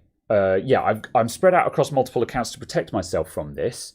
But that's the thing. That's a thing that could happen, and it happened to one guy, and it was a game developer. Yeah, I think it was Terraria. That's right. It was Terraria. Yeah, that's right. Yeah, Liam and Wales said it. Yeah, the Terraria dev.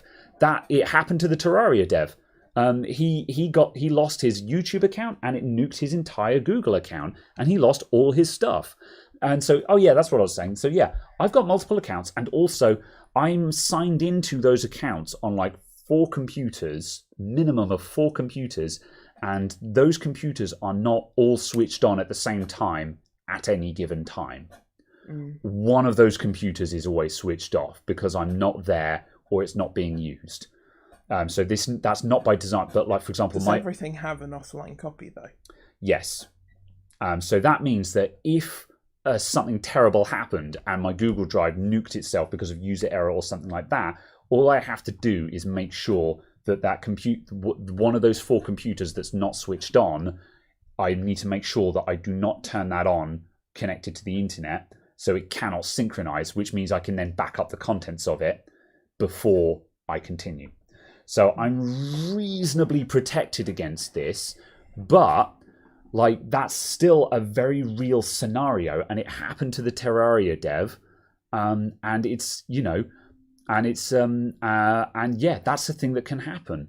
So that is a situation where I don't want to say, don't trust Google and Microsoft with your data, but it would be false to say that cloud storage is a sure thing. You should always have contingencies and multiple offline copies and stuff like that.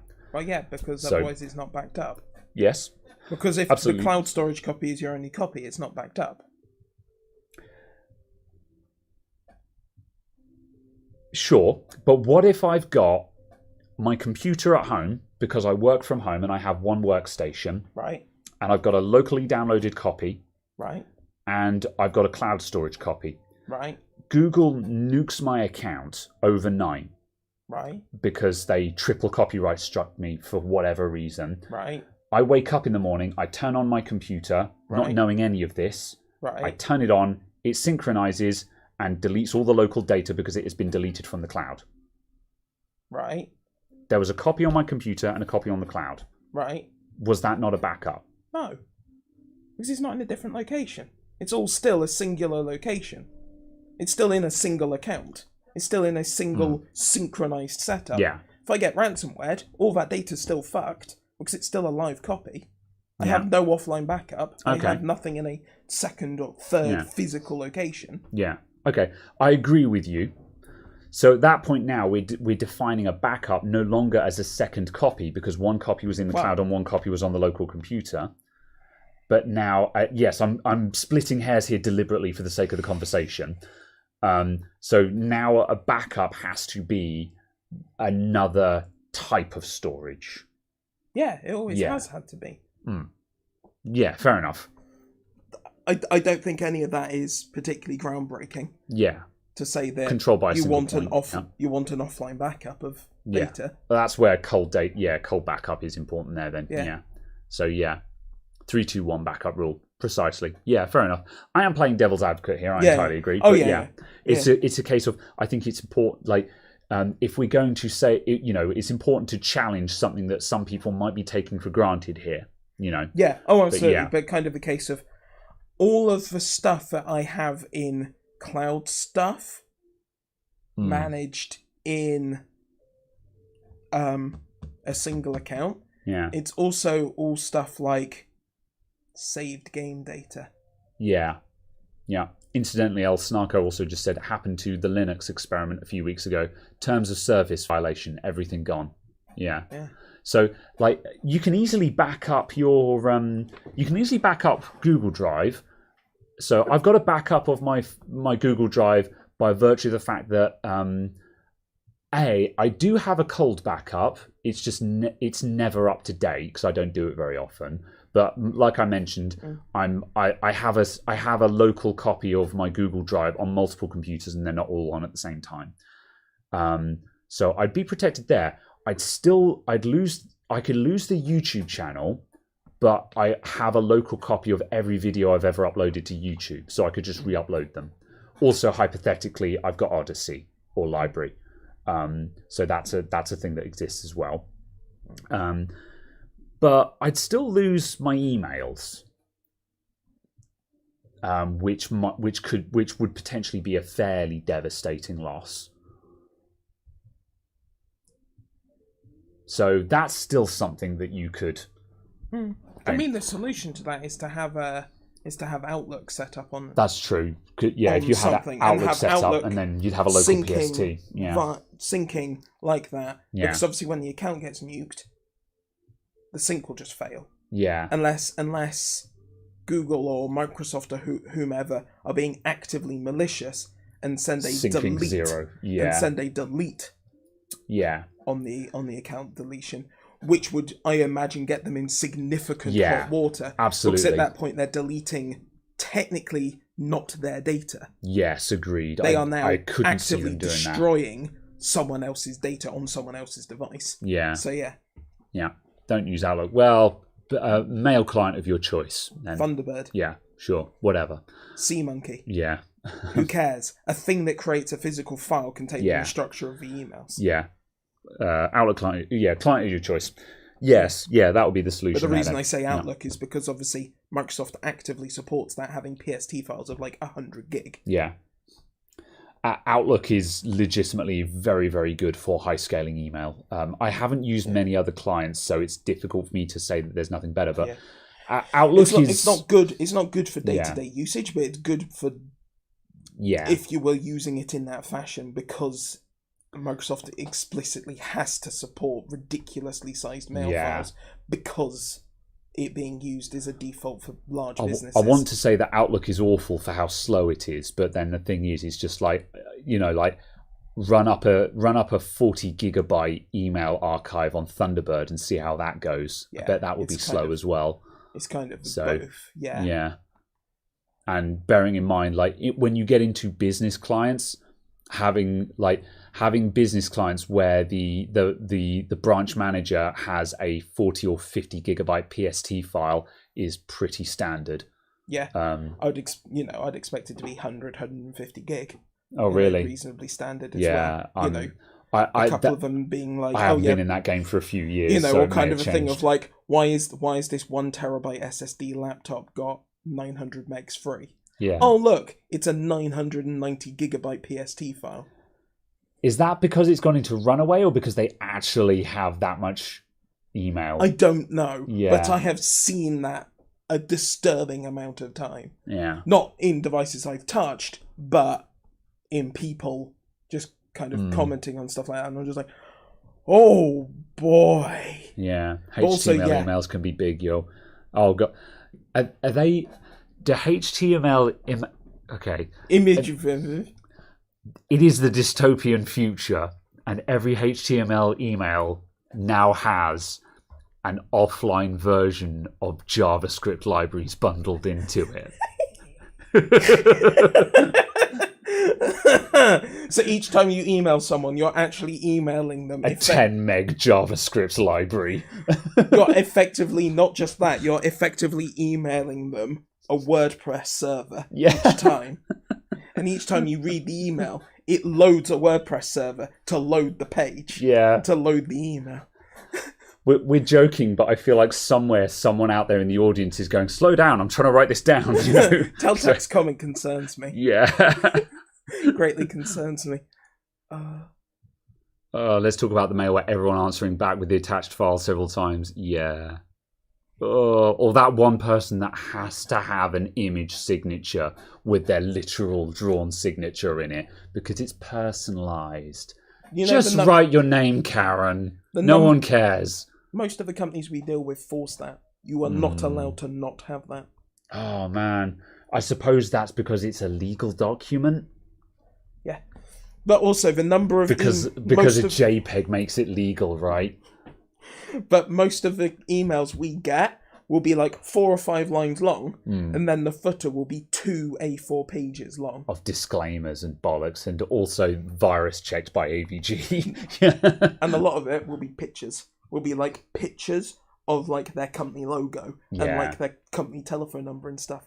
I'm like, and all their accreditations. Yes, it's like, and all of the industry unions that they are a member of and stuff like that. just like, Yeah. this is unnecessary. This is completely unnecessary.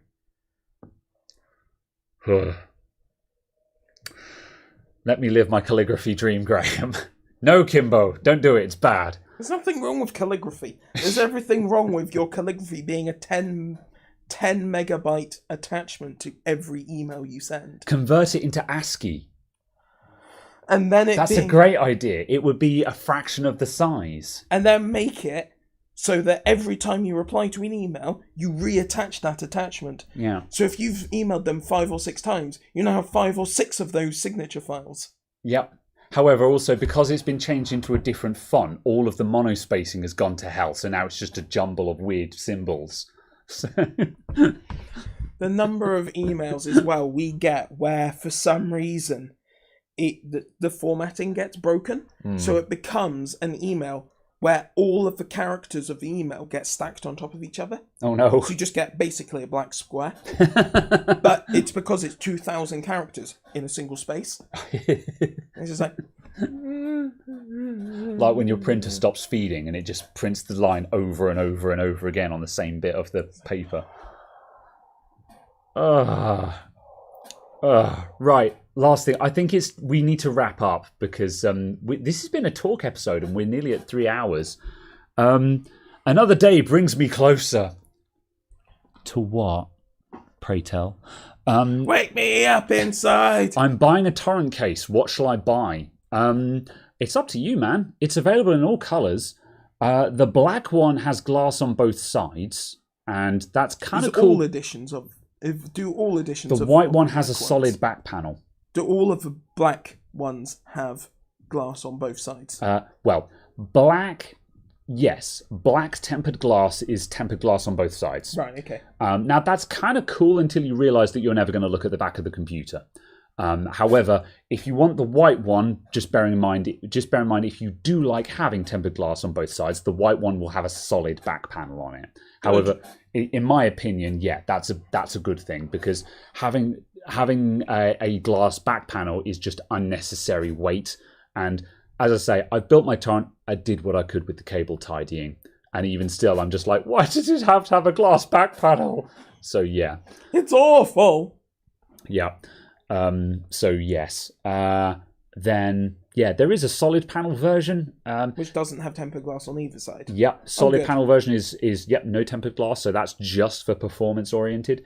Then obviously there's the RGB and non-RGB versions. I have the RGB version.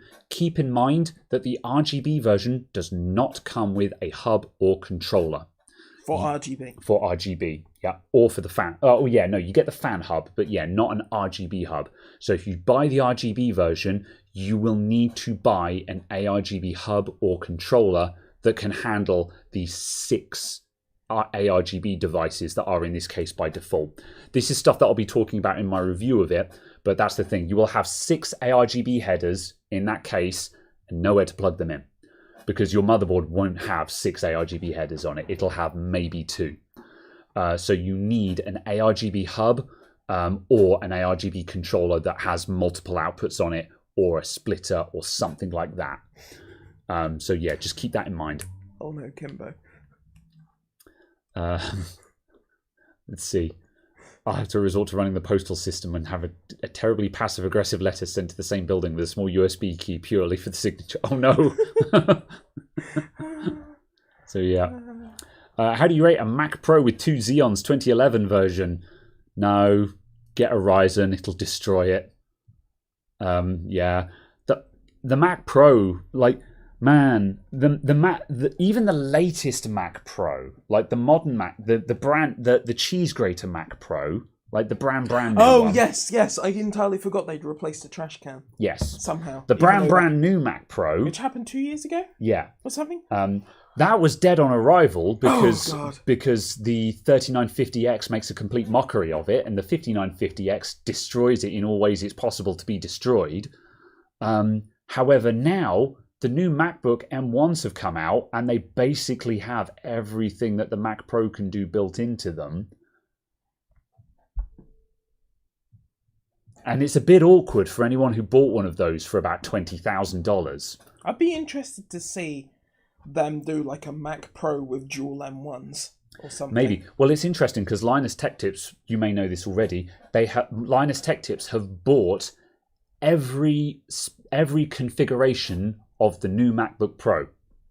All of them. Every configuration? Every configuration. Or one version of each of the configurations?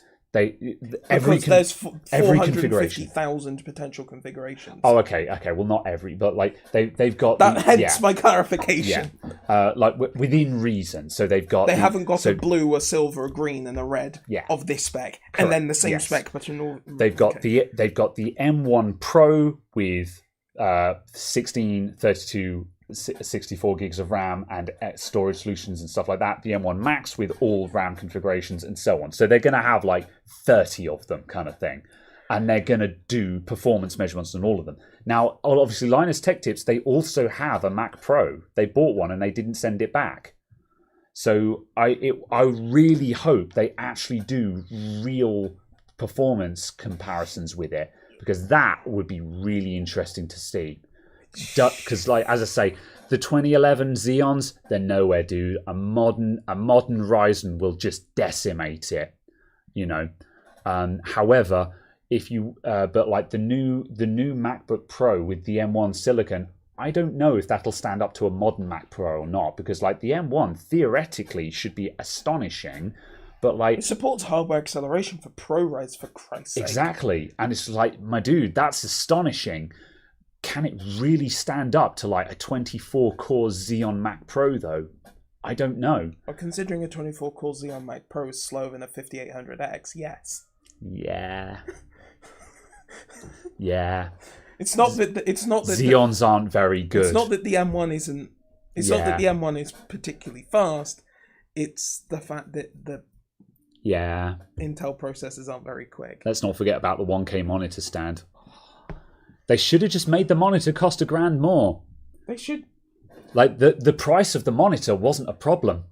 That's the kind of monitor that Hollywood buys. How much was it? It was only something like $4,000, wasn't it? 4 or 5 grand. Yeah, no, I think it was $5,000 and 6. Oh, I think it was $4,000 and $5,000, but then it was plus $1,000 for the stand or plus 200 for the VESA mount.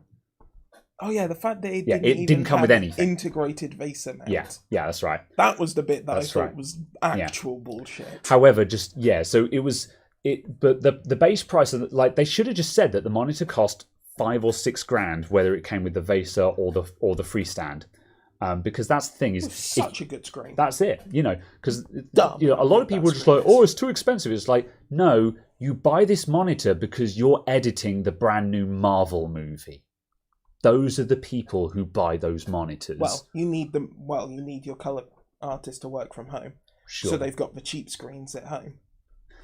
Well, no, I mean that's comparable in price to whatever the equivalent ASO monitors are. Yeah, but they're the cheap screens. The proper color grading screens are like £45,000-50,000 each. Really? What brands are those? I can't remember what they are. There's a Sony one as well, I know. Oh, okay. Sony sell an add-on camera screen. Yeah. It is a Screen Village screen. Yeah. It's like £30,000. Damn, and it's bro. like an 11-inch screen. Huh. Okay. And stuff. So we're talking about these prices, and I'm like, yeah, they're irrelevant. Yeah, I thought the ASOS were a high-end brand. They are. Yeah. But not enough. Yes. Fair enough. Yeah. They're a high-end brand to us. Yeah. But then you get into that business, it's like, oh, that's nice. You drive a Peugeot 106. How quaint. This is my first Veyron. That's the one that I tow behind my... Well, yeah, I was about to say that's the car that I tow behind my motorhome, but that's implying that they would have a motorhome. But yes. Yeah. Oh, well. Anyway. On that bombshell, it's time to go, everyone. Middle class Caradog, yeah. I'll have you know. I've never owned a Peugeot. Imagine owning a Peugeot. And the one time I went to the Peugeot garage and said, I'm thinking of looking at a car. And they said, what price are you looking at? And I said, oh, about this much. They said, we don't make a car that is that expensive. I went, oh, okay. Oh, well. I have owned Peugeots for the record. I liked my Peugeots. But that's another discussion. Absolutely. Is Caradog a real name? It is. It is a real name. It's a Welsh name. But yeah. All right. Anyway, we're going. Thank you very much for tuning in, everyone. We will be back next week. Same time, same place. With something. I don't know what. You know how this works. If you're expecting structure, you're in the wrong place. Anyway, thank you very much, everyone. We'll see you anon. Thanks for tuning in. And yeah, that's about it. Thanks for everything, guys. We appreciate it. Bye.